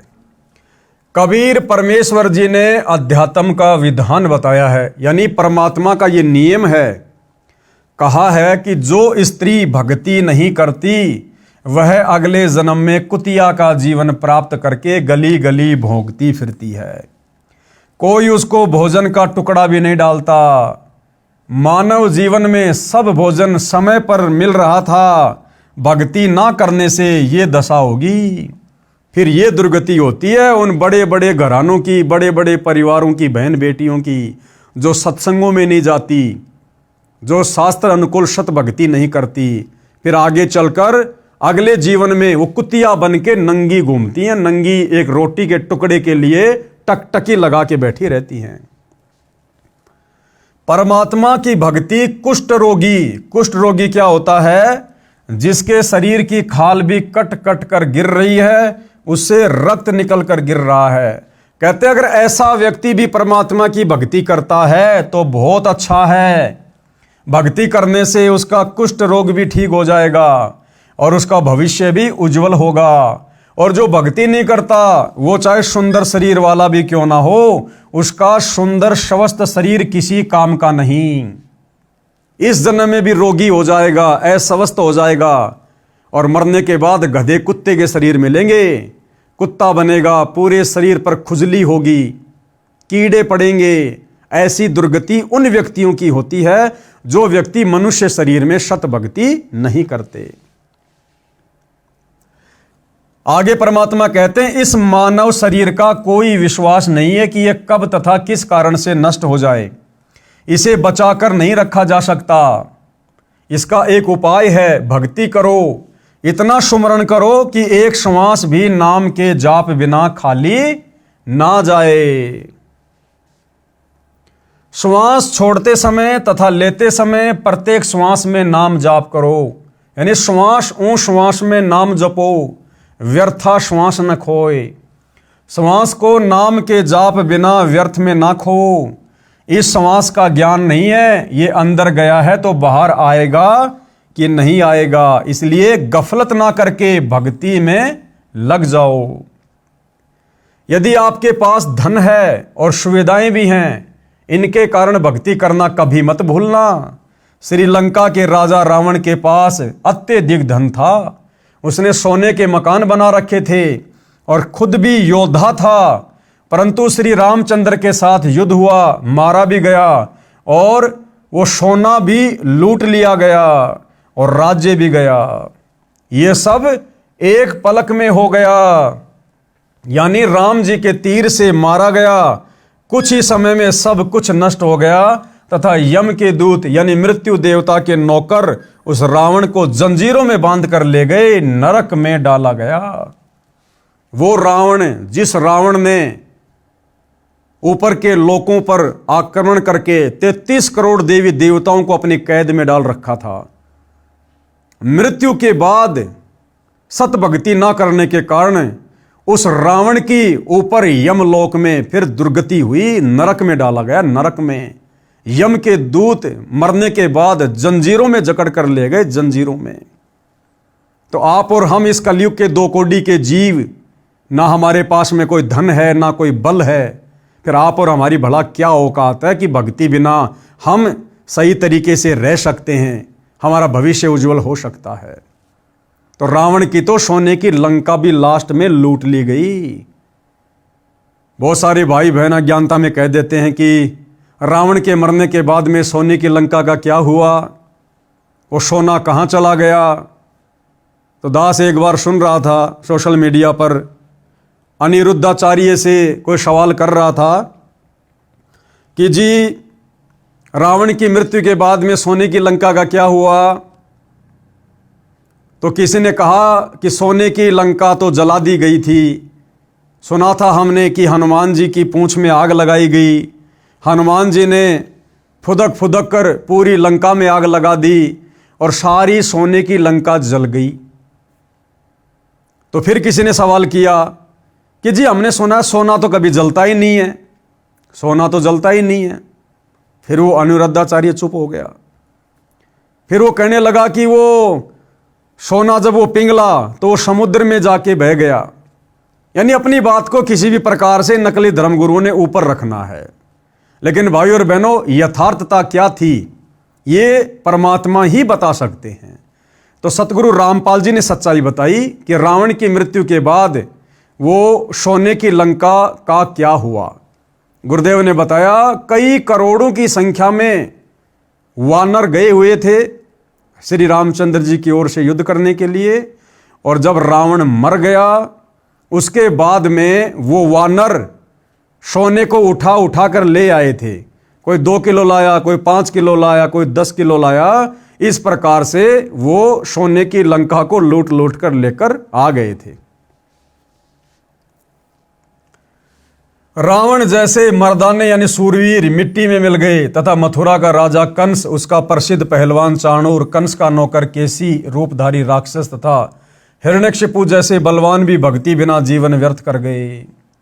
हे सामान्य प्राणी, तेरी क्या बुनियाद यानी तेरी क्या औकात है? तू किस आधार से बचेगा? तू कर्मों के अनुसार भिन्न भिन्न जीवों के शरीर धारण कर लेता है। संत गरीबदास जी ने परमेश्वर कबीर जी के बताए ज्ञान से कहा है कि भक्ति ना करने से तेरे को ऐसे हानि होगी जैसे किसान खेत में बीज ना बोने से भूखा मरता है, उसे कोई लाभ नहीं होता। इसी प्रकार इस मनुष्य शरीर में और इस समय परमात्मा धरती पर आए हुए हैं। पूर्ण ब्रह्म परमात्मा सारी सृष्टि के मालिक कबीर देव सतगुरु रामपाल जी के नाम से धरती पर प्रकट हैं सत भक्ति लेकर। अगर इस वक्त हमने इस शरीर से सत भक्ति नहीं की, उनकी शरण ग्रहण नहीं की, तो ये परमेश्वर फिर हमें युगों युगों नहीं संभालेगा और अगले जन्मों में हमारी वो दुर्गति होगी जो ली दी नहीं जाएगी। भगतनी पुल्लों ने इस संसार की वास्तविकता बताई तथा भक्ति बिना होने वाले कष्ट बताए। छोटे से राज्य के टुकड़े को प्राप्त करके आप इतना गर्व कर रहे हो, ये व्यर्थ है। लंका के राजा रावण ने सोने के मकान बना रखे थे। शत भक्ति ना करने से राज्य भी गया, सोना भी यहीं रह गया, नरक का भागी बना। राजा रानियों ने उपदेश लेकर भक्ति की तथा जीवन धन्य बनाया। अपुल्लो बाई के सत्संग सुनकर, इस प्रकार की बातें सुनकर, वो राजा की रानियां जो अपनी सुंदरता को देखकर, अपने गहने आभूषणों को देखकर जो फूला नहीं समाती थी, मान बड़ाई अहंकार में फूली फूली फिरती थी, वो सत्संग सुनने के बाद वास्तविकता से परिचित होकर फिर उन्होंने सादा जीवन जीना शुरू किया और पोलो बाई से उपदेश लेकर उन्होंने भक्ति शुरू की और अपना जीवन धन्य बनाया।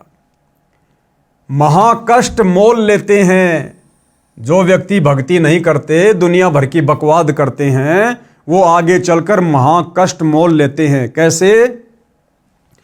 एक व्यक्ति ने दीक्षा लेने के बाद बताया कि मेरे साले ने लड़की का रिश्ता करना था, लगभग 10 लाख के सोने के आभूषण बनवाए, कीमती सामान, कपड़े, फ्रिज, एसी, मोटरसाइकिल, सिलाई की मशीन आदि लाकर रखे, जो कानून से बचने के लिए लड़के वालों के घर विवाह से 1 महीना पहले देकर आने थे, क्योंकि विवाह के समय नहीं ले दे सकते, कानूनी गलत है, यानी कानून के आधार से दहेज लेना देना गलत है।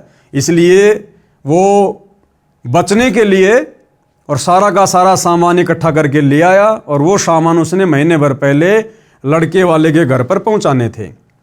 जिस दिन भेजने थे उसी रात्रि में 10-12 व्यक्ति आए, 4 व्हीलर लेकर गया था, सारा सामान लाद कर ले गए, यानी चोर आए और सारा सामान निकाल कर ले गए। घर वालों ने सोचा कि मंगतराम यानी साले का नाम सामान लेकर जा रहा है, सब सोते रहे।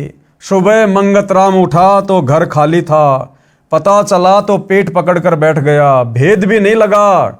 घर गांव से बाहर की ओर था, गांव का अंतिम घर था, कर्ज लिया, इतना ही सामान फिर लाया, हाथों हाथ आगे पहुंचाया।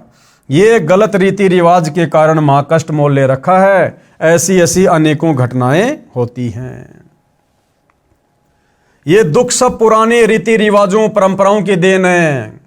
यानी आज व्यक्ति जो इतना दुखी है सामाजिक लेन देन में परंपराओं के कारण, ये सब क्यों है? ये पुरानी परंपराएं जो अज्ञानता में हमारे पूर्वजों ने देखा देखी में, भेड़ चाल में अपने ऊपर लागू कर रखी थी।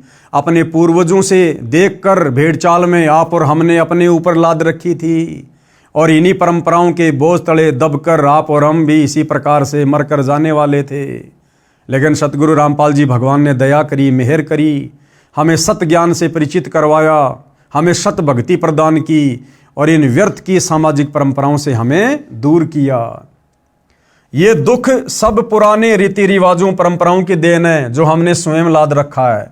हम संत रामपाल जी के अनुयायी इसको नहीं लादते, यानी हम इन परंपराओं के चक्कर में नहीं पड़ते। ये दहेज लेना देना, दुनिया भर के आभूषण वगैरह, कपड़े लत्ते ब्याह शादी में बनवाना, ये पंडित का खर्चा करना, बारात वगैरह लेकर जाना, हम कुछ नहीं करते। बेटी का विश्वास परमात्मा पर दृढ़ करते हैं जो सत्य भी है कि बेटी जो तेरे भाग्य में होगा वो तेरे को मिलेगा। माँ बाप के लेने देने से तेरा जीवन नहीं चलेगा, तेरी जिंदगी नहीं चलेगी। अगर तू परमात्मा की भक्ति करेगी, मर्यादा में रहेगी, तो परमात्मा भला तुझे किस चीज के भरोसे रहने देगा? जो भगवान राजाओं को राज दे रहा है, देवताओं को देवपद दे रहा है, जब आप उस भगवान की भक्ति करोगी तो भगवान आपके लिए क्या कमी छोड़ देगा? तो हम बेटी को इस प्रकार से समझाते हैं और बेटी को सतगुरु से उपदेश दिलाकर परमात्मा से जोड़ते हैं, फिर बेटी को उसका भाग्य मिलता है। बेटी का विश्वास परमात्मा पर दृढ़ करते हैं जो सत्य भी है। हमारी बेटियों तथा बेटों में परमात्मा के संविधान की पूर्ण रूप से समझ है, यानी भक्तों के बच्चे भी सतगुरु से उपदेश लेकर सत्संग सुनकर परमात्मा के विधान से पूर्णतया परिचित हैं। ना भगत का बेटा शादी के समय डिमांड करता है और ना ही बेटी का बाप रमेणी यानी शादी के समय 1 रुपया लड़के वाले को देता है और दोनों खुश रहते हैं। संत गरीबदास जी गांव छुडानी जिला झज्जर हरियाणा वाले ने कहा है, तुमने उस दरगाह का महल नहीं देखा, धर्म राय के तिल तिल का लेखा। तुमने यानी है इंसान उस दरगाह यानी परमात्मा के दरबार का जहाँ पर सबका न्याय होता है, ब्रह्मा विष्णु महेश का, देवी देवताओं का, जहाँ पर सबका न्याय होता है। कहते तुमने उस भगवान का दरबार नहीं देखा, वहाँ पर तिल तिल का लेखा है। अगर किसी से व्यर्थ में लिया, किसी को व्यर्थ में दिया, वो चाहे किसी परंपरा के तहत हो, चाहे किसी रिवाज के तहत हो, कहते हैं वो चुकाना पड़ेगा अगले जन्मों में। अर्थात संत गरीबदास जी ने कहा कि आपने धर्मराय यानी परमात्मा का न्यायाधीश का महल न्यायालय नहीं देखा, जहां पर एक एक तिल यानी दाने दाने पैसे पैसे का लेखा यानी अकाउंट होता है। एक कथा जो सब शंकाओं का समाधान कर देगी। अब इसी विषय पर गुरुदेव भगवान हमें एक कथा सुना रहे हैं। एक लेवा एक देवा दूतम, कोई किसी का पिता न पूतम। इस संसार में कोई किसी का बाप बना हुआ है, कोई किसी का बेटा बनकर जन्म रहा है, कोई किसी की माँ है, कोई किसी की बेटी है। यानी आपस में हम जितने भी रिश्ते नातों में बंधे हुए हैं, ये क्या है भाई और बहनों? ये हमारे पूर्व जन्मों के संस्कार हैं। ये संस्कार क्यों बने, कैसे बने? इसी प्रकार एक दूसरे से लेने देने के चक्कर में बने। किसी का हमने खा लिया, किसी ने हमारा खा लिया, और ये सोचकर निश्चिंत बैठे थे कि बस कुछ नहीं होगा। लेकिन तुमने उस दरगाह का महल नहीं देखा, धर्मराय के तिल तिल का लेखा। वो पिछले जन्म का चढ़ाया हुआ ऋण आज वर्तमान में हम एक दूसरे के रिश्तेदार बनकर हम उसको पूरा करने में लगे हुए हैं। हमने जिसका पूर्व जन्मों में हड़पा था, खाया था, लेकर दिया नहीं, आज हम उसका चुका रहे हैं। आज वो दामाद बनकर लेकर जा रहा है, दहेज लेकर जा रहा है, साथ में बेटी लेकर जा रहा है। और जिसने हमारा पिछले जन्म में खाया था, आज वो हमारा ससुर बनकर बेटी भी देगा और धन भी देगा। तो क्यों ना हम इन संस्कारों को ही खत्म कर दें। अगर हम वर्तमान में कोई लेन देन इस प्रकार का करेंगे नहीं जो हमारे ऊपर ऋण का कारण बने, तो अगले जन्मों में फिर हम चुकाएंगे किसका? और तभी हम भक्ति करके यहां से मुक्त हो सकते हैं। तो इस विषय पर गुरुदेव भगवान एक कथा सुना रहे हैं। एक लेवा एक देवा दूतम, कोई किसी का पिता न पूतम। एक किसान के घर एक पुत्र उत्पन्न हुआ। पुत्र 8 वर्ष का हुआ तो पत्नी की मृत्यु हो गई। किसान के पास 16 एकड़ जमीन थी। कुछ वर्ष के बाद किसान ने दूसरी शादी की। उस पत्नी से भी एक पुत्र उत्पन्न हुआ। कुछ वर्ष पश्चात उस पत्नी की भी मृत्यु हो गई। किसान का प्रथम पत्नी वाला पुत्र 16 वर्ष का हुआ, उसका विवाह कर दिया। किसान की भी मृत्यु हो गई। इस कथा को समझने के लिए शुरू से थोड़ा ध्यान से समझना होगा। एक किसान था और उसको एक पुत्र उत्पन्न हुआ। जब उसका बेटा 8 साल का हुआ तो उस किसान की पत्नी की मृत्यु हो गई। किसान ने अपने छोटे बेटे के लालन पालन के लिए दूसरी शादी कर ली। दूसरी औरत से भी एक लड़का उत्पन्न हुआ और वो दूसरी औरत भी मर गई। यानी उस परिवार में बच गया किसान और किसान के 2 बेटे, जो कि किसान की दोनों पत्नियों से पैदा थे। बड़ा बेटा 16 साल का हुआ तो उसकी शादी कर दी गई। जब बड़े बेटी की शादी हुई तो किसान की भी मृत्यु हो गई। यानी अब उस परिवार में कौन बच गया? वो किसान का बड़ा बेटा, उसकी पत्नी और किसान का छोटा बेटा। 3 सदस्य परिवार में रह गए। छोटा लड़का 10-12 वर्ष की आयु में रोगी हो गया। अब उस बड़े भाई का जो छोटा भाई था वो 10-12 साल का होते ही रोगी हो गया। कुछ दिन उपचार करवाया। फिर बड़े भाई यानी मौसी का बेटा ने तथा उसकी पत्नी ने विचार किया कि उपचार पर क्यों खर्च किया, यदि मर गया तो इसके हिस्से के 8 एकड़ जमीन अपने पास रह जाएंगे। जब वो छोटा भाई ज्यादा बीमार रहने लगा, खर्चा ज्यादा होने लगा, तो उसके बड़े भाई ने और उसकी पत्नी ने मिलकर एक सलाह की कि क्यों हम इसके इलाज पर इतना ज्यादा खर्च करें। अगर ये मर जाए तो एक तो इलाज का खर्चा बच जाएगा और दूसरा इसके हिस्से में जो 8 एकड़ जमीन आनी है वो भी हमारे हिस्से में आ जाएगी। तो ये विचार करके उन दोनों पति पत्नी ने छोटे भाई को मरवा दिया। किस आधार से मरवाया देखिए। यह विचार करके पड़ोस के गांव से जो वैद्य यानी डॉक्टर उपचार के लिए आता था, उससे कहा कि इस लड़के को औषधि में यानी दवा में जहर मिलाकर दे दो, हम आपको धन दे देंगे। 500 रुपए के लालच में उस डॉक्टर ने उस लड़के को दवा में जहर खिलाकर मार दिया। गांव वालों को बताया गया कि रोग के कारण मृत्यु हो गई, यानी गांव में भी किसी को शंका नहीं हुई कि भाई लड़का बहुत ज्यादा बीमार था, हो सकता है मर गया होगा। किसी को शंका नहीं हुई। बच्चे की मृत्यु रोग के कारण हुई मान ली।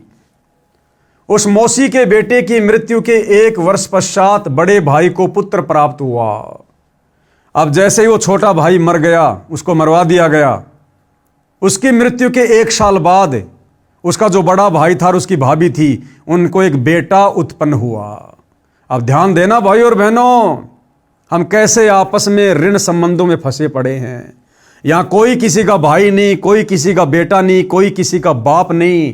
पिछले जन्म का लेन देन पूरा करने के लिए आपस में हम जुड़े हुए हैं, और अंत में मरने के बाद सब अपने अपने रास्ते चले जाएंगे।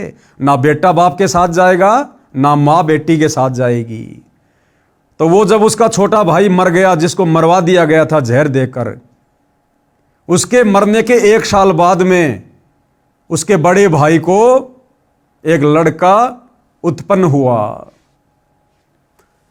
उस मौसी के बेटे की मृत्यु के 1 साल बाद बड़े भाई को पुत्र प्राप्त हुआ। खुशी का ठिकाना नहीं रहा। बच्चे के जन्म की खुशी में जिमणवार लंगर किया, पूरे गांव में मिठाई बांटी गई। उसके पश्चात कोई संतान नहीं हुई। इकलौते पुत्र को प्रेम से पाला, अच्छा घी दूध दही खिला पिलाकर हष्ट पुष्ट कर दिया। 16 वर्ष की आयु में विवाह कर दिया गया। उस समय बाल विवाह को गर्व की बात माना जाता था। वो लड़का रोगी हो गया। डॉक्टर पर डॉक्टर बुलाए, महंगे से महंगी औषधि खिलाई, परंतु व्यर्थ रहा। उस समय 1 महीने में 1-1 हजार की दवा खिलाई गई। हीरा तथा मोती भस्म भी औषधि में खिलाकर लड़के को खिलाया गया, जिस कारण से 8 एकड़ जमीन भी बेचनी पड़ी। जिस 8 एकड़ जमीन के चक्कर में उस बड़े भाई ने छोटे भाई को मरवा दिया था, अपने बेटे के इलाज पर वो 8 एकड़ जमीन भी बेचनी पड़ गई। और भाइयों और बहनों, वो लड़का कौन था जो उस घर में पैदा हुआ था? वो उसका वही भाई था जो उन्होंने जहर देकर मरवा दिया गया था। वो अपना बदला लेने के लिए फिर से वापस उसी घर में उसके बेटे के रूप में जन्मा, जिस कारण से 8 एकड़ जमीन भी बेचनी पड़ी। परंतु रोग घटने की बजाय बढ़ता ही चला गया और अंतिम दिन आ गया। लड़के का पिता चिंतित अवस्था में पुत्र के पास बैठा था। उसी समय लड़का बोला, भाई साहब। उसका बेटा अपने बाप को क्या कहता कि भाई साहब। अब वो बाप ने सोचा कि बेटा बहुत ज्यादा रोगी हो गया, दिमाग से डिस्टर्ब हो गया, लगता है पागल हो गया, मुझे पहचान भी नहीं रहा। अपने पिता को कह रहा है भाई साहब। तो बाप बोला, बेटा मैं तेरा भाई साहब नहीं हूं, मैं तेरा बाप हूं, तेरा पिता हूं। उसने कहा कि नहीं, मुझे अच्छे से पता है, तू इस जन्म में मेरा बाप है, लेकिन तू पिछले जन्म में मेरा भाई था, याद कर। लड़के का पिता चिंतित अवस्था में पुत्र के पास बैठा था। उसी समय लड़का बोला, भाई साहब एक काम करो। पिता ने कहा कि बेटा मैं तेरा पिता हूं। लड़का बोला कि मैं तेरा वो भाई हूं जिसको आपने जहर देकर मरवाया था। मैं ही अपना बदला लेने आपके बेटे के रूप में जन्मा हूं। एक लेवा एक देवा दूतम, कोई किसी का पिता नहीं पुतम। पति पत्नी के रिश्ते, माता पिता के रिश्ते, भाई बहन के रिश्ते, आपस में रिश्तेदार, हम सब पिछले जन्म में एक दूसरे का लेकर या किसी को देकर बैठे हुए हैं। इस जन्म में जो हम रिश्तों में जुड़े हैं एक दूसरे का पूरा करने के लिए। उस लड़के की माता जी भी वही विराजमान थी। लड़का बोला कि 8 एकड़ जमीन मेरे हिस्से की थी, वो मैंने वसूल कर ली कि तुमने मुझे जो मरवाया था ना जहर देकर 8 एकड़ जमीन के चक्कर में, देख, इस जन्म में तेरा लड़का बनकर और रोगी होकर मैंने अपने इलाज पर मेरे हिस्से की 8 एकड़ जमीन बिकवा दी, मेरा हिस्सा मैंने पूरा करवा दिया। अब केवल कफन तथा लकड़ियों का हिसाब शेष है, यानी अब मेरी मरने की तैयारी है, कफन का और लकड़ियों का हिसाब किताब और बाकी है, वो पूरा कर लो, उसकी तैयारी करो। ये बात सुनकर पिता और भाई का मुख फटा का फटा रह गया। अब ये बातें सुनकर वो तो हक्का बक्का रह गए कि भैया ये बात तो हमारे अलावा किसी को पता ही नहीं थी, इस बच्चे को कहां से पता चली। तो उनका भी पक्का यकीन हो गया कि ये तेरे घर में जो लड़के के रूप में जन्मा है, ये तेरा वही भाई है। ये बात सुनकर पिता और भाई का मुख फटा का फटा रह गया। अपने किए पर दोनों पति पत्नी ने पश्चाताप किया। परमात्मा का विधान अटल है। कौन सा विधान? एक लेवा एक देवा दूतम, कोई किसी का पिता न पुतम, ऋण संबंध जुड़े सब नाता, अंत समय सब बार बाटा। बड़े भाई ने पुत्र रूप में जन्मे छोटे भाई से प्रश्न किया कि हमने लालच में आकर जो पाप किया, हमें तो परमात्मा ने फल दे दिया। क्या फल दे दिया? कि हमारे तो तू एक ही बेटा था, उसके बाद कोई संतान हुई नहीं, तो हमारा तो कोई खानदान, कोई वंश चलाने वाला भी नहीं मिला, बुढ़ापे में हमारी कोई सेवा करने वाला भी नहीं बचा, तो हमें तो हमारे किए का फल मिल गया। अब भाइयों और बहनों, ये फल तो केवल यहां मिला। उस कर्म की जो मुख्य सजा है, जो बड़ा दंड है, वो तो शरीर छूटने के बाद धर्मराज के दरबार में नरक में डालकर मिलेगा। हमें तो परमात्मा ने फल दे दिया। जिस मकसद के लिए आपकी जान ली थी वह 8 एकड़ जमीन गई तथा अन्य संतान है नहीं, और ये शेष जमीन कोई और ही लेगा। हमारा तो नाश हुआ सो हुआ, ये तो होना ही चाहिए था। यानी उनको भी फिर दुख हुआ, पश्चाताप हुआ जो कर्म उन्होंने किया था। परमात्मा ने न्याय किया, परंतु जो लड़की आपकी पत्नी रूप में आई थी, इसने कौन सा अपराध किया है जिस कारण से यह सती प्रथा के तहत आपके साथ जिंदा जलाई जाएगी? अब उसके बड़े भाई ने क्या कहा कि भाई हमने जो किया उसका फल तो हमें परमात्मा ने दे दिया, हमारे तो परिवार का सत्यानाश हो गया, वंश चलाने वाला भी कोई नहीं बचा। 8 एकड़ जमीन जिसके लिए तेरे को मरवाया था वो तेरे इलाज पर खर्च हो गई। 8 एकड़ हमारे हिस्से की, हमारे संतान है नहीं, तेरे मरने के बाद भाई बंधु खाएंगे पिएंगे उसको। लेकिन एक बात बता, हमने जो किया उसकी सजा तो हमें भगवान ने दे दी, लेकिन भाई तेरी शादी करके जो ये लड़की घर में आई हुई है, अब तेरे मरने के बाद में सती प्रथा के तहत इसको भी तेरी चिता पर जिंदा जलाया जाएगा। मुझे यह बता कि इसको कौन से कर्म की सजा मिलेगी? तो लड़के ने क्या बताया? इसके साथ भगवान ने अन्याय किया है। छोटा भाई उर्फ बेटा बोला कि मेरी मौत के 2 वर्ष पश्चात वो डॉक्टर भी मर गया था जिसने मुझे 500 रुपए के लालच में जहर देकर मारा था। ये पत्नी वही डॉक्टर वाली आत्मा है। अब इसको वो फल मिलेगा कि जिस डॉक्टर ने 500 रुपए के लालच में आकर और मुझे दवा में जहर देकर मारा था ना, मेरी पत्नी के रूप में वही डॉक्टर वाली आत्मा आई हुई है। अब इस नादान को उस 500 रुपए के लालच में जो इसने मुझे मार दिया था, अब इसको मेरी चिता पर जिंदा जलाकर मारा जाएगा।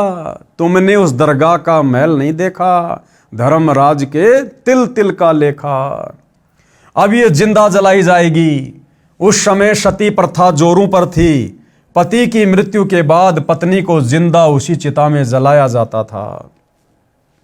अब समझाना क्या चाहते हैं भाई और बहनों हमें गुरुदेव भगवान? प्रिय पाठ को विचार करो, परमात्मा की दृष्टि से कुछ नहीं छुपा है। जैसा करेगा वैसा भरना पड़ेगा। प्रत्येक परिवार इसी प्रकार संस्कार के कारण एक दूसरे से जुड़ा है। कोई पूर्व जन्म का कर्ज उतारने के लिए जन्मा है तो कोई पूर्व जन्म का कर्ज लेने के लिए जन्मा है। अनेकों उदाहरण है। कैसे? पिता ने लड़के को पढ़ाया, शादी से 2 दिन पहले दुर्घटनाग्रस्त होकर मर गया। वह अपना कर्ज पिता से लेने आया था। बेटा जवान हुआ, कार्य करके निर्वाह करने लगा। पिता रोगी हो गया, लाखों रुपए लगे, व्यर्थ रहे और मर गया। ये पिता पिछले जन्म का कर्ज लेने आया था, कुछ देने आया था। लड़की का विवाह किया, 2 साल के बाद लड़की मर गई, बहुत दहेज दिया था। वह दामाद पूर्व जन्म के ऋण के बदले में लड़की भी ले गया और धन भी ले गया। वर्तमान में जो किसी के साथ धोखा करके धन हड़प लेते हैं, वह धन अगले जन्म में दामाद बनकर वसूलेगा। परमात्मा का अटल विधान है, बुद्धिमान को संकेत ही पर्याप्त है। यानी समझदार भाई बहनों को तो संकेत ही पर्याप्त है। अपना मेहनत करके खाओ, नेक नीति ईमानदारी से खाओ। व्यर्थ में शादी विवाह में दहेज वगैरह लेना देना बंद कर दो, अन्यथा तुमने उस दरगाह का महल नहीं देखा, धर्मराज के तिल तिल का लेखा। रिश्वत लेना देना, चोरी ठगी काला बाजारी मिलावट करना छोड़ दो। ये चुकाना पड़ेगा यहीं भी और अगले जन्म में भी। गधा कुत्ता शुअर बनकर उस व्यक्ति के घर में बैल बनकर आएगा, ऊंट बनकर आएगा, सारा दिन खेत में काम करेगा, वो चुकाना पड़ेगा। किसी के घर में भैंस बनकर जन्मेगा, किसी का गधा बनकर जन्मेगा, सारा दिन मिट्टी ढोएगा, वो पिछले जन्म का कर्जा पशु योनि में भी चुकाना पड़ेगा। तो समझदार व्यक्ति कभी ऐसी आपत्ति मोल नहीं लेता। उपरोक्त केवल कथा नहीं है, यह हकीकत है। कोई ये कहता है कि ये तो डराने के लिए कथा बनाई है, किसने देखा है क्या होगा। तो गुरुदेव कह रहे हैं जैसे चोर को कोई व्यक्ति समझाते हैं कि भाई चोरी मत किया कर, जब पकड़ा जाएगा तो पहले तो जनता पिटाई करेगी, फिर पुलिस पीटेगी और जेल में भी कष्ट उठाना पड़ेगा। अब यदि कोई कहे कि ये तो चोर को डराने के लिए कहा है, किसने देखा है कि आगे क्या होगा। तो गुरुदेव क्या कह रहे हैं, विचार करो कि चोर को सच्चाई से अवगत करवाकर डराया है और सच्चाई भी है। अब ये बात कहकर चोर को डरा भी दिया, अगर वो डर जाएगा, चोरी छोड़ देगा तो बच जाएगा। और ये हकीकत भी है, चोर पकड़ा जाएगा तो फिर क्या क्या होता है। तो भैया यदि हमें परमात्मा के विधान का ज्ञान नहीं है तो क्या परमात्मा का विधान बदल जाएगा? ये तो महापुरुषों ने बताया है, शास्त्रों में लिखा हुआ है, हमारी आंखों के सामने ऐसी घटनाएं आए दिन घटित हो रही हैं। अरे हम इंसान हैं, बड़ा अच्छा खाते हैं पीते हैं, मौज मस्ती से परिवार में रहते हैं, गर्मी सर्दी से मकान बनाकर अपना बचाव कर रखा है। और ये दुनिया भर के जंगली जानवर, क्या उनको दुख नहीं होता? क्या उनको ठंड में ठंड नहीं लगती? क्या गर्मियों में गर्मी नहीं लगती? क्या जानवरों को, पशु पक्षियों को भूख नहीं लगती, प्यास नहीं लगती? क्या उनकी डंडों से पिटाई होती है तो क्या उनको दर्द नहीं होता? क्या उनके पैरों में कांटे चुभने से दर्द नहीं होता? वो इतना कष्ट क्यों उठा रहे हैं? एक ऊंट, एक बैल सारा दिन खेत में हल में जुतकर क्यों इतना कष्ट उठा रहा है? क्यों उसके नाक में रस्सा डालकर खींचा जाता है? हमारे नाक का बाल भी उखाड़ दिया जाए तो कितना दर्द होता है। उस ऊंट के, बैल के नाक में तो छेद किया जाता है और रस्सी से खींच खींच के उसको चलाया जाता है, कितनी पीड़ा होती होगी। क्यों हो रही है? वो पिछले जन्म का कर्जदार, उसने उस किसान का पिछले जन्म में पैसा लेकर दिया नहीं, या पिछले जन्म में उसने दहेज लिया था, इस जन्म में अपने ससुर का पैसा, वो ससुर बन गया किसान, दामाद बन गया ऊंट, और ऊंट बनकर खेत में मेहनत करके पिछली बार जो सामान ले गया था दहेज में, अब वो खेत में हल में जुतकर और अपना पुराना हिसाब किताब चूकता कर रहा है। तो भैया परमात्मा सब देख रहा है। परमात्मा के दरबार में कभी अन्याय नहीं होता, वहां केवल न्याय होता है। यहां तो हम 100 प्रकार के तरीके अपनाकर बच जाते हैं, लेकिन परमात्मा के दरबार में उसके संविधान से नहीं बच सकते। यदि चोर सच्चाई से डरकर चोरी करना त्याग देगा तो उसकी भलाई है। यदि कहेगा कि किसने देखा है, आगे क्या होता है, देखा जाएगा, उसके बाद वह सब गुजरेगी जो पहले बताई गई थी। इसी प्रकार जो उपरोक्त कथा को केवल समझाने डराने के लिए ही मानेगा तो उसका दुर्भाग्य होगा। इसको इतनी सत्य समझना जैसे चोर को शतरक किया है, यानी कर्मों का फल भाई भुगतना पड़ेगा। ये अटल संविधान है परमात्मा का, चाहे राजा हो चाहे रंक हो। और इन कर्मों के फल से यदि आप बचना चाहते हैं, अपना बचाव करना चाहते हैं, तो भाई वर्तमान में सुनहरा अवसर है। कर्मों को काटने वाला, बंधनों के कर्मों को काटने वाला बंदी छोड़ कबीर भगवान संत रामपाल जी के नाम से धरती पर प्रकट है। हमारे आपस के जन्म जन्मांतरों के कर्म, ऋण संस्कार चाहे कितने ही उलझे हुए क्यों ना हो, जिनके चलते हम असंख्य बार गधे कुत्ते बनने होंगे, आज यदि हम सतगुरु रामपाल जी की शरण में आकर मर्यादा में रहकर सत भक्ति शुरू कर देते हैं, तो सतगुरु रामपाल जी अपनी आध्यात्मिक शक्ति से, अपने आशीर्वाद से हमारे जन्म जन्मांतरों के कर्म संस्कारों को, ऋण संबंधों को समाप्त कर देते हैं। और इसी जन्म में हमारे को मोक्ष भी देंगे। दोबारा ना इस गंदे लोक में हमारा जन्म होगा, ना हम कभी गधे कुत्ते सुअर बनेंगे, सचखंड को जाएंगे, मोक्ष प्राप्त करेंगे। और इसके अलावा कोई बचाव नहीं है, कोई विकल्प नहीं है। लेखक ने यह कथा सन 1978 में एक पशुओं के डॉक्टर से सुनी थी, जो किसान के 2 पुत्रों वाली कथा ऊपर बताई है। वह इस कथा को अपने पास बैठने वाले को अवश्य सुनाता था, परंतु अमल कतई नहीं करता था। 10 रुपए की दवाई देकर 4 डिस्टिल्ड वाटर के इंजेक्शन लगाकर 200-300 रुपए वसूलता था। फिर शाम को मिलता तो अपने कारनामे भी बताता था कि यदि कम रुपए लूंगा तो भैंस वाला यह समझेगा कि अच्छी दवाई नहीं दी। भैंस को शवस्त तो 10 रुपए की दवा से ही हो जाना था। विचार करें कि ऐसे व्यक्तियों की कथनी और करनी में क्या अंतर है, तो उनके द्वारा सुनाई इन कथाओं का अन्य पर कैसे प्रभाव होगा। अर्थात ये कथा सुनाने का अधिकारी वही है जो खुद इन कथाओं पर अमल करता हो, इन कथाओं को समझकर अपने जीवन सफर पर चलता हो।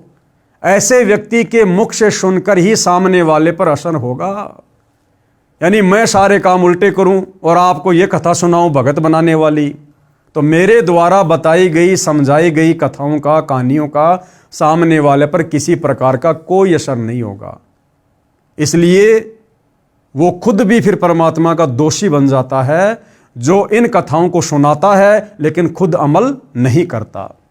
तो परमात्मा कहते हैं, गरीब करनी तज कथनी कथय, अज्ञानी दिन रात कुत्ते जू भौंकत फिरै, सुनी सुनाई बात। ऐसे व्यक्ति तो कुत्ते की श्रेणी में हैं, जो केवल मुख से बोलते हैं लेकिन करनी उसके अनुसार नहीं करते।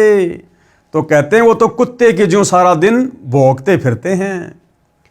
संत गरीबदास जी ने कहा है कि जो ज्ञान की बातों के अनुसार क्रिया नहीं करते, जो अन्य को सुनाते हैं, वे अज्ञानी व्यर्थ में कुत्ते की तरह सुनी सुनाई बातें बकते रहते हैं। ये बातें कहन सुनन की नहीं है, यानी ये कथा केवल सुनाने तक सीमित नहीं है, इन कथाओं पर हमने अमल भी करना है। ये तो कर पाड़ने की हैं, यानी अपने जीवन में लागू करने की हैं, धारण करने की हैं, यानी इन पर अमल करना चाहिए। परमात्मा के विधान को समझकर निर्मल जीवन यापन करें, ना किसी को खिलाएं ना किसी का खाएं। हाँ, आपत्ति में किसी की मदद करना कोई बुरी बात नहीं है, लेकिन धोखाधड़ी करके किसी का रुपया हम ना हड़पें ना खाएं। जीवन की राह को काटू रहित बनाएं, परंपराओं का भार कम करो, बोझा लादकर सफर तय नहीं किया जा सकता। यदि आपको 10, 20, 50 किलोमीटर लंबी यात्रा करनी है पैदल, और यदि आपकी पीठ पर वजन बहुत ज्यादा है, तो आप जी कभी भी सफर तय नहीं कर पाओगे, बहुत दुखी हो जाओगे। लंबी यात्रा करने वाला कम से कम सामान रखता है। तो भाई और बहनों, आप और हमारी यात्रा तो 16 शंख कोश की है। 16 शंख कोश हमने सतलोक जाना है, बहुत लंबा सफर है। यदि हमने इन परंपराओं का बोझ अपने ऊपर से नहीं उतारा, शादी विवाह में दुनिया भर का खर्चा, दिखावा, लेना देना, त्योहारों के समय दुनिया भर का लेना देना, दिखावा, यदि हमने इन परंपराओं का, रीति रिवाजों का, कुरीतियों का, त्योहारों का वजन, ये बोझ अपने ऊपर से नहीं उतारा, तो हम कभी भी सतलोक की इतनी लंबी यात्रा पूरी नहीं कर पाएंगे। अर्थात हम कभी भी मोक्ष प्राप्त नहीं कर पाएंगे। और मोक्ष नहीं मिला तो फिर भाई और बहनों क्या होगा? सर्व विदित है। फिर इस भक्ति के करने से 2, 4, 5, 10 हमें लगातार मनुष्य जन्म भी मिल जाएंगे। वो जन्म भी हमारे साफ सुथरे होंगे, कोई दिक्कत नहीं है, क्योंकि वर्तमान में हमने भक्ति की है, सतनाम का जाप किया है, सच्चे सतगुरु को दान धर्म किया है, तो परमात्मा किसी का रखता नहीं है, ठीक है। लेकिन उसके बाद क्या होगा, क्योंकि मोक्ष तो हुआ नहीं, हमारी भक्ति खर्च होगी, फिर हमें 84 लाख योनियों में भी जाना पड़ेगा। अगर कभी मनुष्य जन्म मिला तो किसी गरीब के घर में, निर्धन के घर में मिलेगा। और हमने जो संस्कार युगों युगों से बिगाड़ रखे हैं, फिर वो सारा लेन देन हमने खुद ही करना पड़ेगा। किसी का गधा बनना पड़ेगा, किसी का सूअर बनना पड़ेगा, किसी का बैल बनना पड़ेगा, सारा दिन खेत में काम करना पड़ेगा, ईंटों के भट्ठों पर गधा बनकर सारा दिन ईंटें ढोनी पड़ेंगी। फिर हमारा जीवन, हमारा भविष्य नरक बन जाएगा, नरक। तो भाइयों और बहनों, ऐसी आपत्ति को दुर्बुद्धि प्राप्त प्राणी मोल लेता है। बाकी जिसको सच्चे सतगुरु के सत्संग मिल गए, ये सतज्ञान मिल गया, धर्म कर्म की अगली पिछली अगम निगम की जानकारी हो गई, वो आत्मा कभी भी इन परंपराओं में पढ़कर, व्यर्थ के रीति रिवाजों में पढ़कर, त्योहारों के चक्कर में पढ़कर, एक दूसरे से फालतू के लेन देन के चक्कर में पढ़कर अपने जीवन को बर्बाद नहीं करेगी। केवल अपने गुरुदेव के बताई गई सत भक्ति को मर्यादाओं में रहकर अध्यात्म में आगे बढ़ेगी, तभी हमारा जीवन सफल होगा। तो भाइयों और बहनों, आज के इस वीडियो में केवल इतना ही। पुस्तक धरती के ऊपर स्वर्ग, इस पर आज हमारा ये 3रे नंबर का वीडियो था। कल गुरुदेव के आशीर्वाद से सेवा में फिर हाजिर होंगे। तब तक सभी भाई बहन गुरुदेव से आज्ञा लेते हैं। बंदी छोड़ सतगुरु रामपाल जी भगवान की जय।